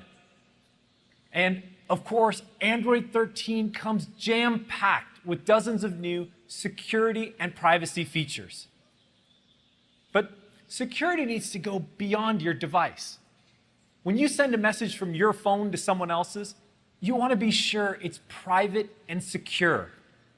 That's why we've worked with carriers and device makers all over the world to upgrade SMS text messaging to a new standard called RCS, which can enable important privacy protections like end-to-end encryption.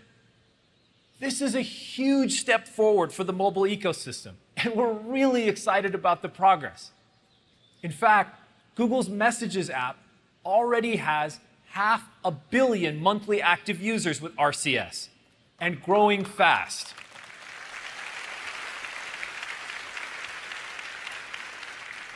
We hope every mobile operating system gets the message and upgrades to RCS. So your messages are private, no matter what device you're using. Now, our phones are essential parts of the way we communicate with our friends, family, and loved ones. In fact, these days, there's only two things I don't leave my home without: my phone and my wallet.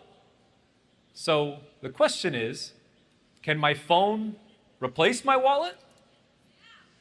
Well, today, we're excited to introduce the new Google Wallet.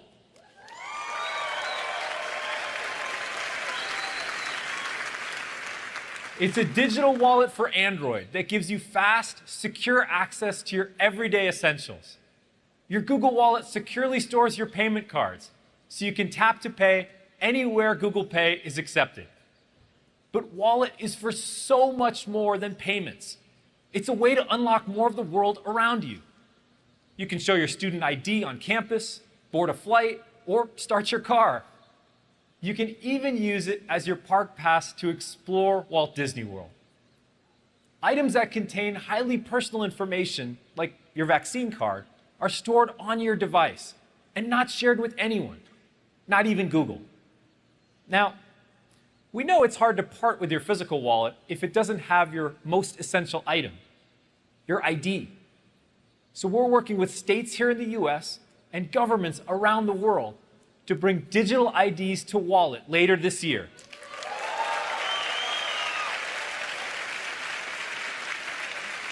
Starting with driver's licenses.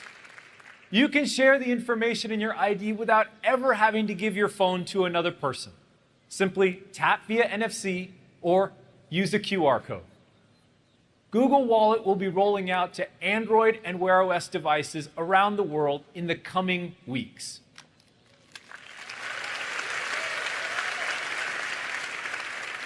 Now, helping you securely communicate with your friends and family and storing your digital identity is really useful.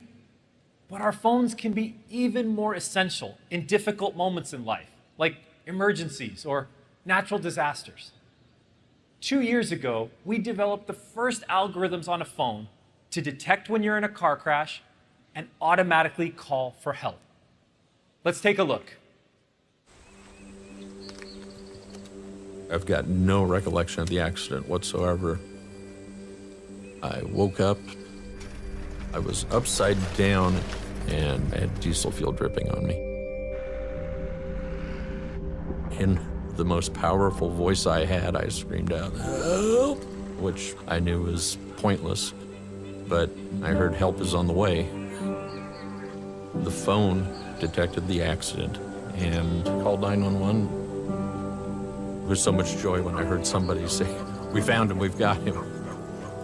I'm getting goosebumps thinking of it at the moment because I wouldn't be here talking to you if it wasn't for that. The car crash detection feature on that phone saved my life.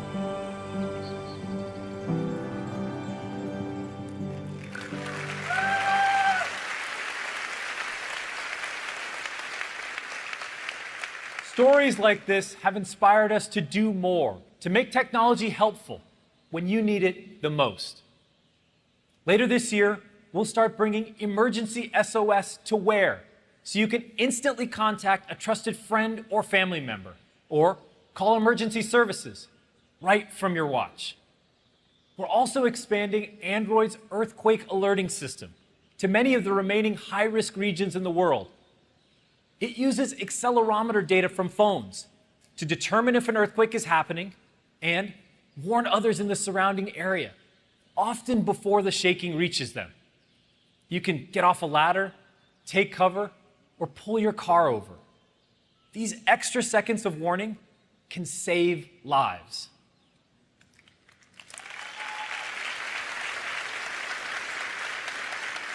There's so many ways our phones can help us do more. Whether it's helping you securely communicate with friends, safeguarding your digital identity, or getting you help in critical moments. Your phone is your most essential digital companion. And what you can do with Android gets even more exciting when we go beyond the phone. To tell you more, here's Tristan.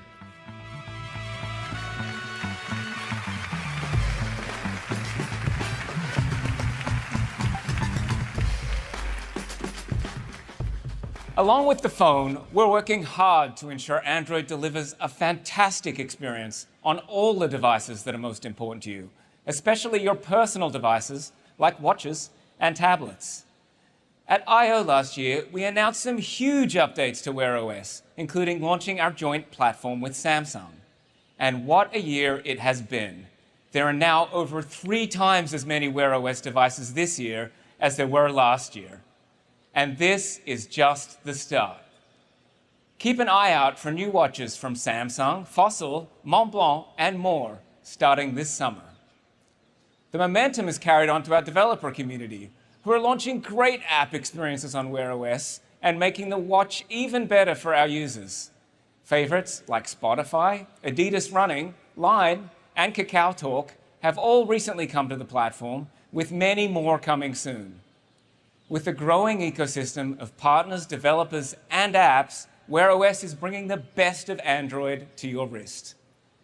And this year, there's another, bigger screen that consumers are super excited about: tablets.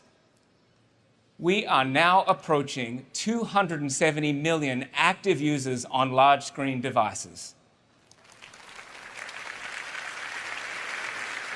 Android pioneered multiple sizes and form factors for larger screens, and we have many fantastic devices hitting the market, like the Samsung Galaxy Tab S8 Ultra, Lenovo Tab P12 Pro, and others from partners like Oppo and Xiaomi that are all being built on the latest Android releases. Incredibly, we can now get tablet-like experiences that can fit in your pocket, with foldables delivering all of the benefits of a large screen device with the portability of a phone. And Android is the only way to experience it all. But there is so much more to do. So this year, we've been working hard to make Android tablets amazing. But rather than just telling you about all these updates, why don't I show you?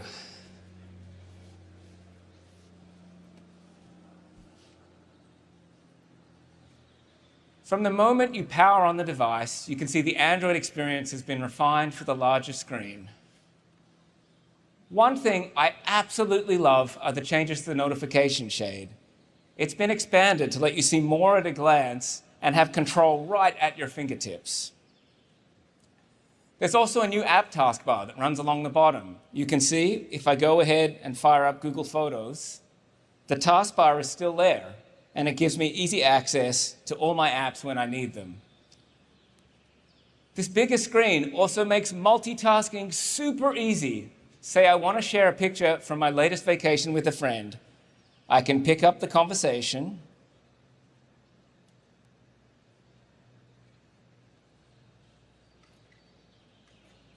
choose a photo, even edit it. It was pretty warm that day, as I remember it. And then drag it straight in.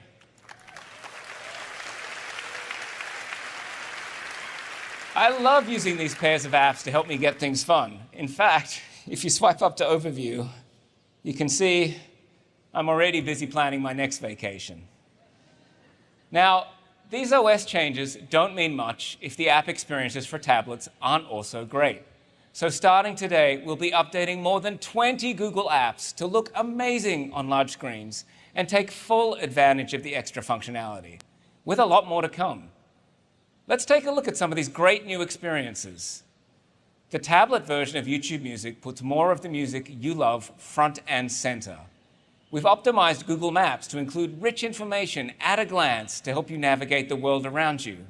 And the updated Messages app uses a new multi-column view, so you can easily manage all your texts and quickly jump between conversations.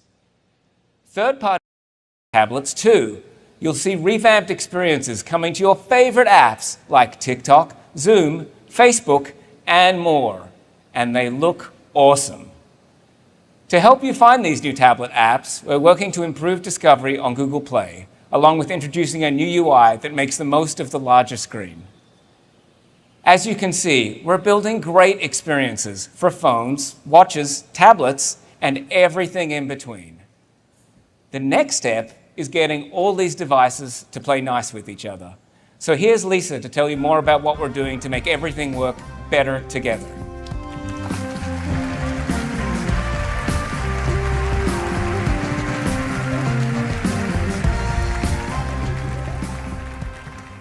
The whole point of adding more devices to your life is to make it easier, richer, more convenient. But that only happens if everything works seamlessly.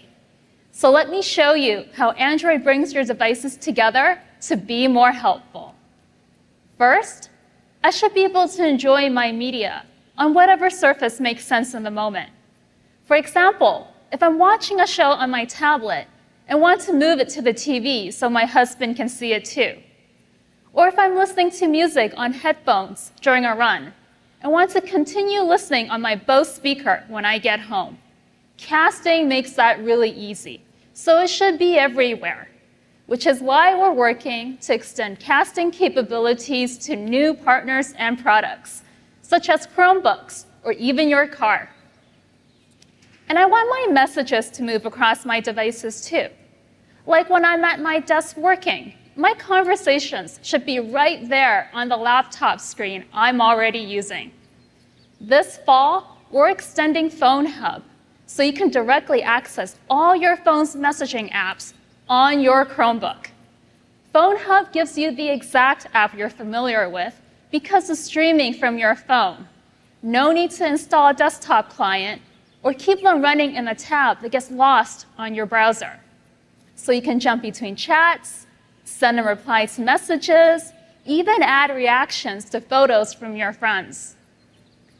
And here's one of my favorite new features. Copy something on your phone and paste it on your tablet. It could be a URL, an address, or even a picture or screenshot. It's so simple and useful.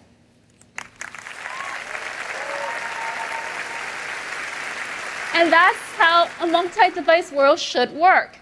Just use whatever surface is most convenient for what you want to do. But my biggest pet peeve is setting up all these devices in the first place. We developed FastPair to take care of that chore for you without having to manage settings or remember where the pairing button might be hidden. We're continuing to expand FastPair so your phone, your laptop, and your TV all pair easily and instantaneously with your headphones and smart devices. And we want to extend this easy connectivity to all the devices in your home. That's where Matter comes in. It's an open industry standard launching this fall. Matter connects our Google Nest hardware along with top brands and hundreds of supported products, like light bulbs, door locks, smart plugs, and a lot more. It's a big list. You'll be able to quickly connect all those Matter-enabled devices in seconds to your home network, Google Home, and your favorite apps using FastPair. There are so many new opportunities in this multi-device world, from helping you do more with your phone at the center, to extending computing beyond the phone, and making sure all your devices work better together. Thank you so much to our millions of developers and billions of users for making Android an incredible platform.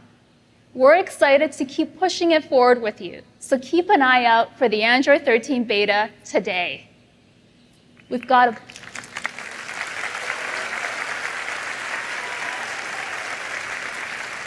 a bunch of great partners and devices participating, so check it out and send your feedback. Now, before I go, we've been talking a lot about FastPair. So let's check in with another FastPair, Lando and Daniel. we've sent a few devices to our friends at McLaren, the newest members of the Android family. So let's see what fun they got into, and then we'll get some exciting updates from the Google hardware team. What do we got here? Some toys from our new sponsor. Do you know you can play a game between any Android devices? You want to play a game? All right. Rocket League. Go on to Rocket League. Yep. Let me show you how it's done. How do you accelerate? Well, you're not made for this, mate. Oh. Next goal wins. Oh no. Oh no! No! All right, cast it to the TV. All right, let's do it. Oh my god. Yeah, I know. I'm new to the YouTube game. Do you think bandanas suit you? I did like that one. You see, the more you post, the less people like you. Yeah, that's why I stopped posting. Clever. Yeah. All right, who would you like to message? Enter a group name. Uncle Buck and the boys. It's perfect. Oh, I'm in. What's Mr. Zach Brown doing? Zach, you there, mate? Hello, Zach. Guys, shouldn't you be training or something? Oh boy. You have broken it.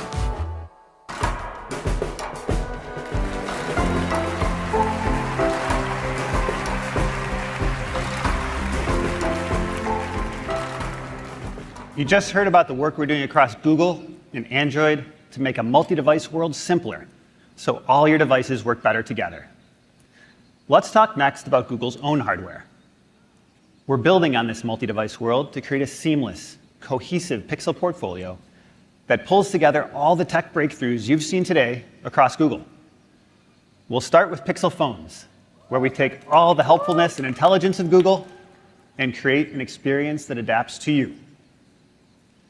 Last fall, we debuted Google Pixel 6 and Pixel 6 Pro, a complete reimagining of Pixel inside and out. It's our first phone powered by Google Tensor, a mobile compute platform we developed around Google's latest AI and machine learning models. Tensor gives us a major advantage in mobile AI, and it's a hardware foundation that we'll be building on for years to come. With leading-edge hardware, software, and AI, Pixel 6 introduced some amazing new phone capabilities to help you take professional quality photos and communicate with people in another language, all while keeping your personal information private with the Google Tensor Security Core. Pixel 6 is a huge step forward for the Pixel portfolio, and it's been great to see the response from Pixel users. It's the fastest selling Pixel ever, despite all the supply constraints in the industry. Pixel 6 has already sold more than Pixel 4 and 5 combined.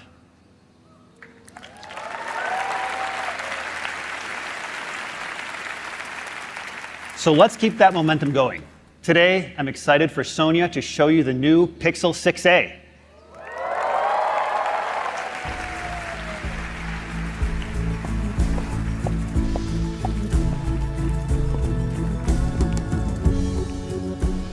Thanks, Brian. Like all our A-series phones, Pixel 6a delivers the helpful, personal Pixel experience for the unbeatable price of $449. That's right. We truly believe it's the best smartphone we've ever offered for this price. And let me tell you why. Pixel 6a shares the same iconic design language introduced on Pixel 6, with a unique two-tone look and slim bezels surrounding our perfectly pocketable 6.1-inch display. And you'll notice the Pixel camera bar, which houses our dual rear camera system with a 12-megapixel main and ultra-wide lens. And all of that is encased in our recycled aluminum frame. Of course, the real magic of Pixel 6a is what you're able to do with it. In years past, the A-series really took advantage of Google's strength in AI to get the most out of affordable hardware. So we could deliver our core Pixel features for a low price. And that was great. The combination of Google Smarts and a mid-range processor produced amazing smartphones that our users love. However, as Brian mentioned, we now have our own Google Tensor SoC. So for the first time, we've developed a common hardware system that we've scaled across the Pixel portfolio, from our flagship phones to our A series. So what does that mean? It means that Pixel 6a includes the same fast 5G connectivity as Pixel 6 and 6 Pro. It uses the exact same security architecture with Titan M2 for industry-leading protection that makes the phone more resilient to attacks. And most importantly, Pixel 6a uses the same premium Google Tensor SoC as our Pixel 6 Pro.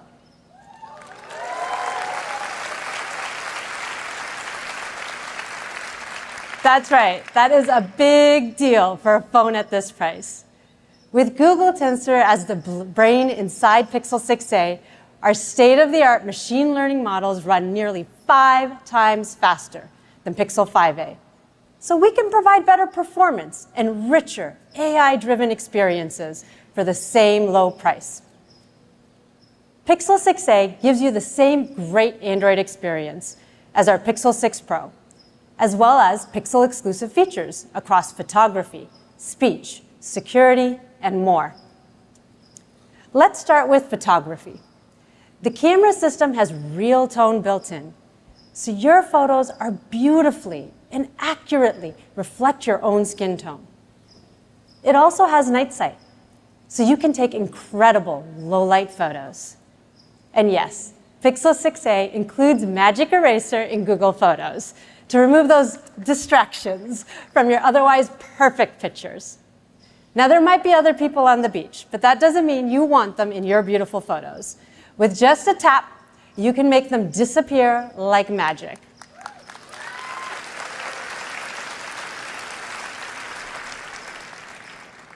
And watch this. We've enhanced Magic Eraser, so you can also change the color of distracting objects in your photo. In a tap, the object's colors and shading blend in naturally.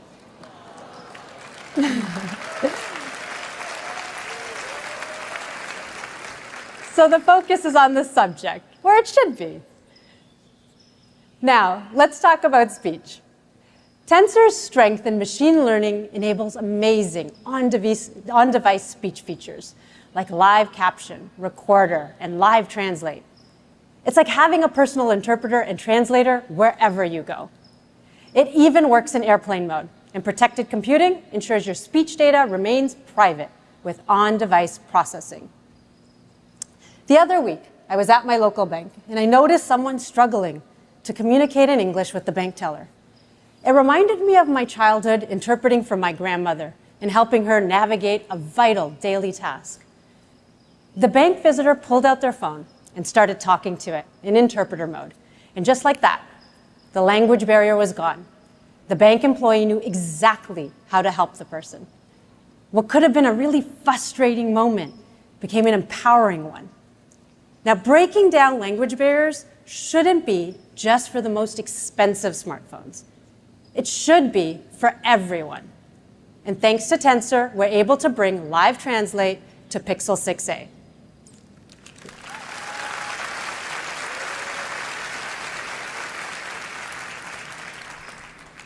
And finally, everyone deserves to have peace of mind knowing your phone is protected.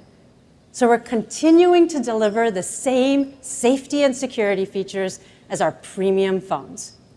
Along with the Titan M2 security chip, there's an under-display fingerprint sensor for secure unlock, and you'll get 5 years of security updates, so you'll always have the latest protection. Pixel 6a delivers the core Google hardware and software experience powered by Google Tensor across photography, speech, and security. And you'll get all this without compromising on an all-day battery. We're super excited to make Pixel 6a available for just $449.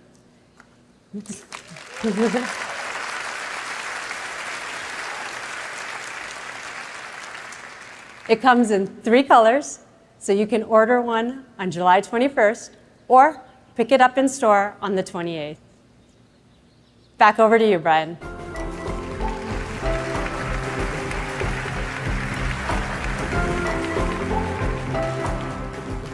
Thanks, Sonia. Google prides itself on creating helpful technology for everyone. And with the A series, the Google smartphone experience is available to more people. But for those who want the latest, greatest, and fastest, we're also working on our next generation Pixel 7 phones. Let me give you an early preview so you can see what's coming this fall.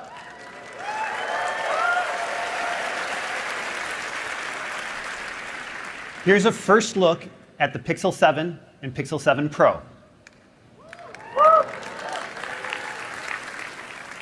You can see that we've extended the aluminum finish to the entire camera bar for the next evolution of the Pixel design language.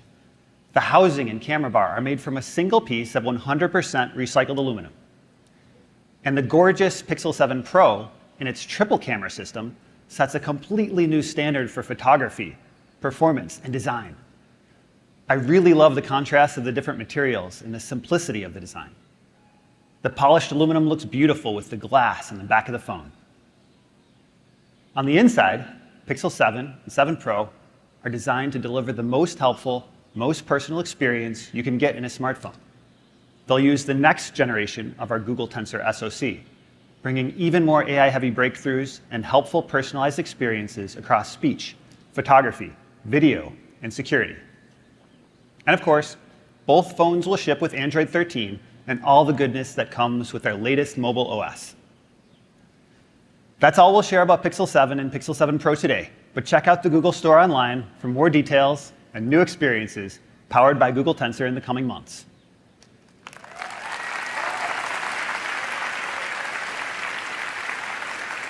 Now, great phones need great earbuds, which is why our Pixel Buds are made to perfectly complement your Pixel phone.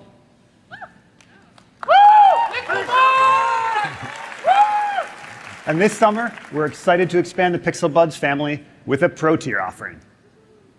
It's a powerful new set of earbuds called Pixel Buds Pro.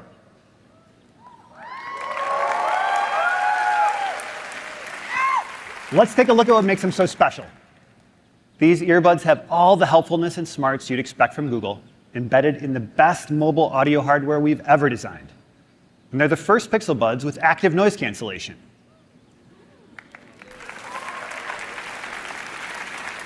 Noise cancellation is a difficult technical challenge because it needs to be smart enough to account for noise across a wide frequency spectrum and powerful enough for super low latency. Pixel Buds Pro deliver one of the best noise cancellation performances in wireless earbuds today because they're designed around a new custom audio processor. It's a 6-core audio chip running Google-developed algorithms tuned by our in-house audio engineering team. It uses a neural processing engine to analyze external sound with extremely low latency, canceling it in real time through custom speakers. Now, everyone's ears are unique, so it's not always possible for the ear tips to form a perfect seal, and that can lead to sound leaking in from the outside. To counteract this, our active noise cancellation uses new silent seal technology to compensate for audio leakage. This helps maximize the amount of noise that's being canceled, so you get immersive, premium sound without distraction. Sometimes, though, you do want to hear what's going on around you. For these occasions, there's transparency mode. It lets outside sound in, so you experience the world like you're not wearing earbuds at all. But great earbuds don't just let you hear things, they allow you to be heard. So whether you're talking on the phone or taking a meeting outside, our beamforming microphones use noise suppression algorithms that have been trained with machine learning. Wind, traffic, or other background noise will be suppressed, and your voice will be clear, no matter where you are.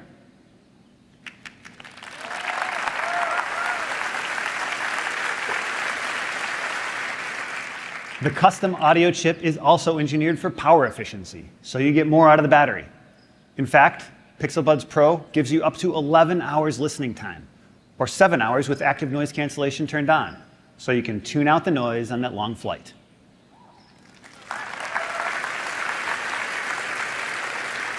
Like all our Pixel Buds, the Pro series are built to deliver a helpful, hands-free experience. So you can ask the assistant for all sorts of things, like walking directions, or get real-time translation in 40 languages, and much more. Pixel Buds Pro will support multi-point connectivity, so your earbuds know to automatically switch from a podcast on your phone to a video call on your laptop. It's so much easier than clicking into your Bluetooth settings. and it works between your compatible phones, tablets, laptops, and TVs. And later this year, we'll update Pixel Buds Pro to support spatial audio. So when you watch a movie or TV show on compatible Pixel phones, you'll be right in the middle of the action.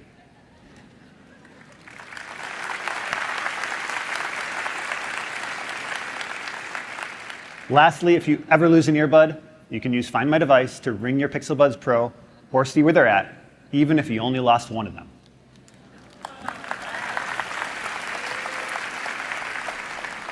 The new Pixel Buds Pro come in 4 colors. They'll be available online for pre-order on July 21st and on sale the 28th, delivering the smarts of Google and top-tier active noise cancellation for $199. And here's Rick with a few more Pixel updates.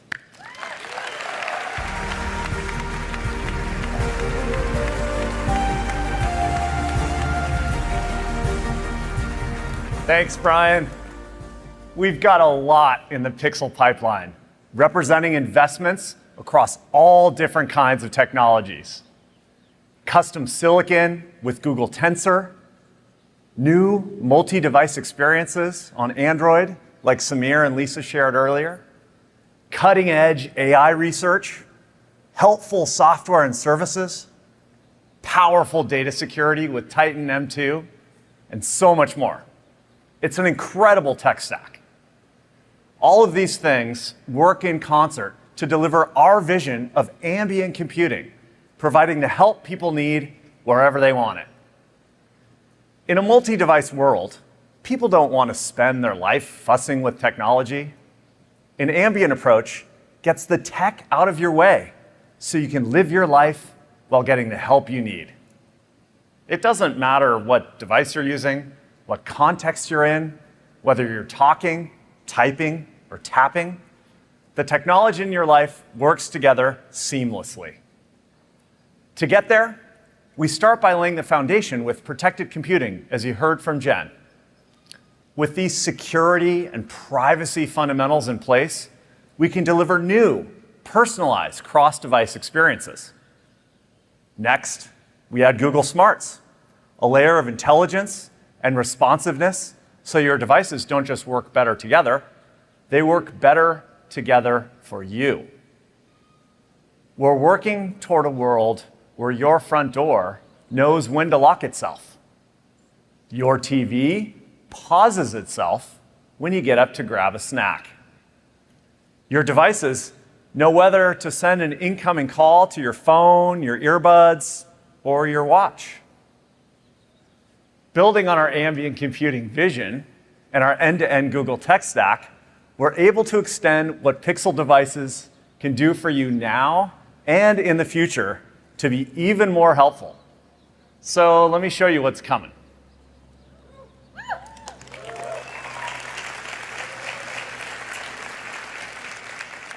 We will start with a quick preview of the new Google Pixel Watch.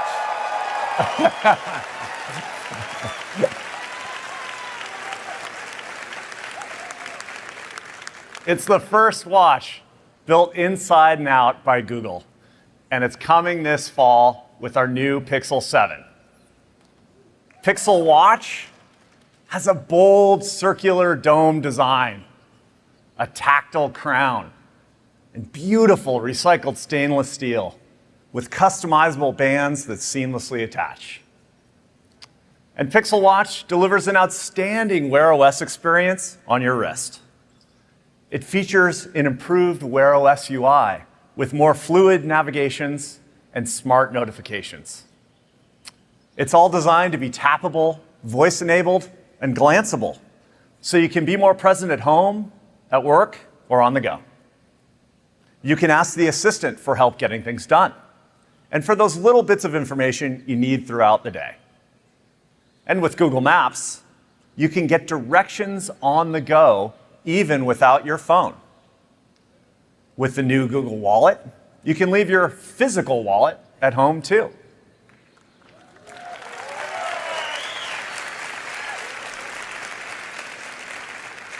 You can quickly tap to pay at the store or to ride the subway. And with the new Google Home app for Wear OS, You can turn off the lights, adjust the thermostat, or get an alert when there's a person or a package at your front door. Now, my favorite thing about the watch is the deep integration with Fitbit, which is coming first.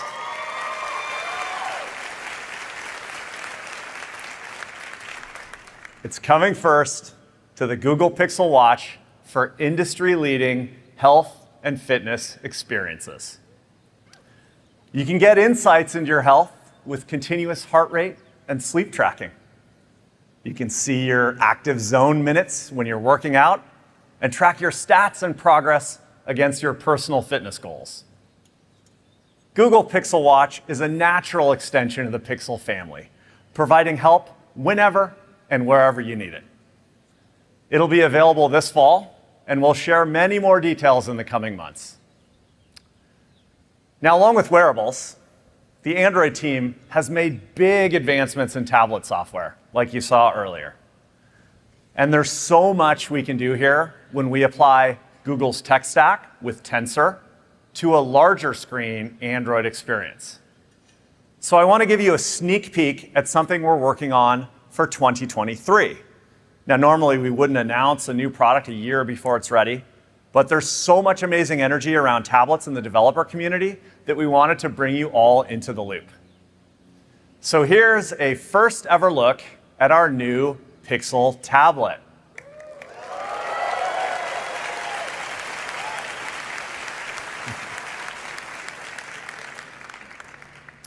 It's a next generation Android tablet powered by Google Tensor, designed to be a perfect companion for your Pixel phone.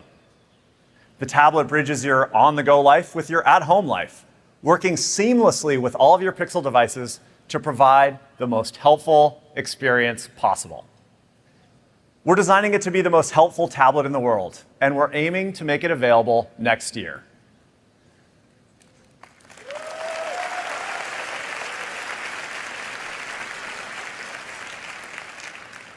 So to quickly recap, Pixel 6a and Pixel Buds Pro are coming this summer, and we'll have lots more details to share soon about Pixel 7, Pixel 7 Pro, Pixel Watch, and the new Pixel tablet.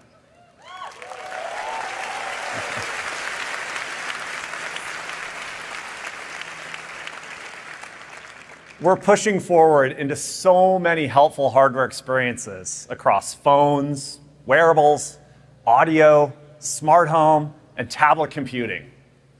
It adds up to a true Pixel family of devices with different options for different budgets and needs. With ambient computing as our North Star, this Pixel portfolio is a holistic approach to hardware designed around you. I can't wait for you to check out these new hardware experiences for yourself. And you can see all of this online at the Google Store, or you can drop by our physical Google stores in New York City. Along with our original location in Chelsea, we're adding a second one in Williamsburg this summer. So please step by and check it out if you can.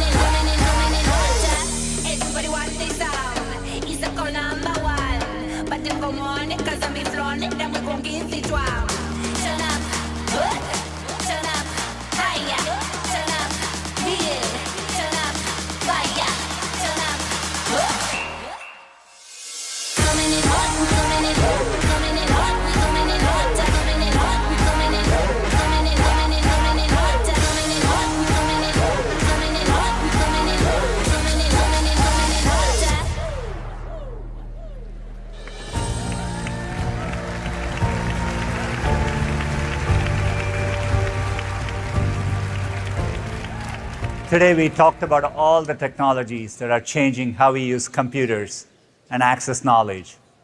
We see devices working seamlessly together, exactly when and where you need them, and with conversational interfaces that make it easier to get things done. Looking ahead, there is a new frontier of computing, which has the potential to extend all of this even further, and that's augmented reality. At Google, we have been heavily invested in this area. We have been building augmented reality into many Google products, from Google Lens to Multisearch, scene exploration, and live and immersive views in maps. These AR capabilities are already useful on phones, and the magic will really come alive when you can use them in the real world without the technology getting in the way. That potential is what gets us most excited about AR. The ability to spend time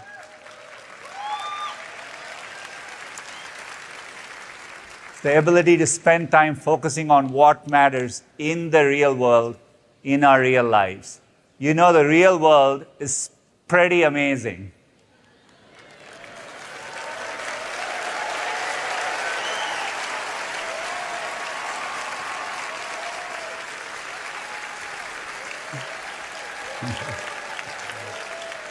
It's certainly looking that way to me right now. It's so good to be back in Shoreline, and I can tell you're all enjoying it too.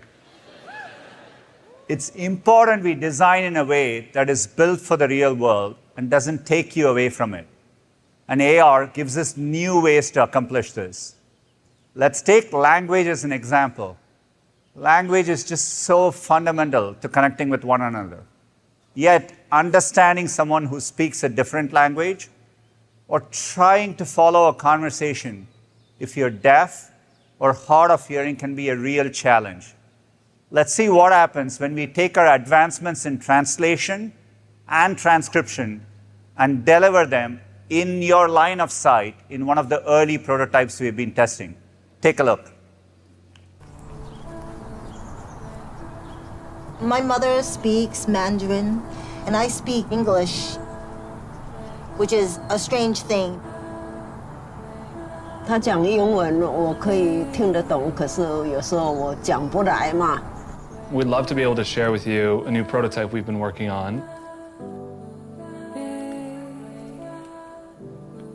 You should be seeing what I'm saying, just transcribed for you in real time, kind of like subtitles for the world. What we're working on is technology that enables us to break down language barriers, taking years of research in Google Translate and bringing that to glasses. You see me? Oh, sí, sí te veo. I'm actually looking straight into your eyes, and it seems like you're looking right at me. Oh, sí, sí, estoy viendo lo que estás diciendo para ayudarte. Making access to information just instant and intuitive. By doing that, technology fades into the background, and we're more connected with the people and the things around us.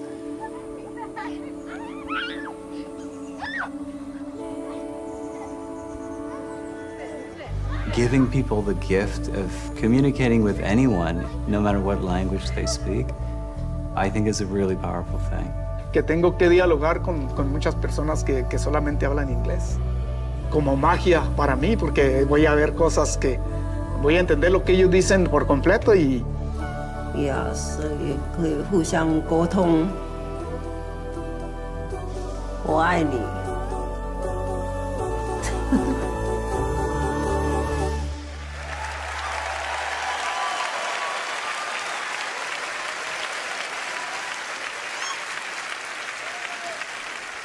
You can see it in their faces, the joy that comes with speaking naturally to someone. That moment of connection to understand and be understood. That's what our focus on knowledge and computing is all about. And it's what we strive for every day with products that are built to help. Each year, we get a little closer to delivering on our timeless mission. And we still have so much further to go. At Google, we genuinely feel a sense of excitement about that. And we are optimistic that the breakthroughs you just saw will help us get there. Thank you to all of the developers, partners, and customers who joined us today. We look forward to building the future with all of you. Thank you so much.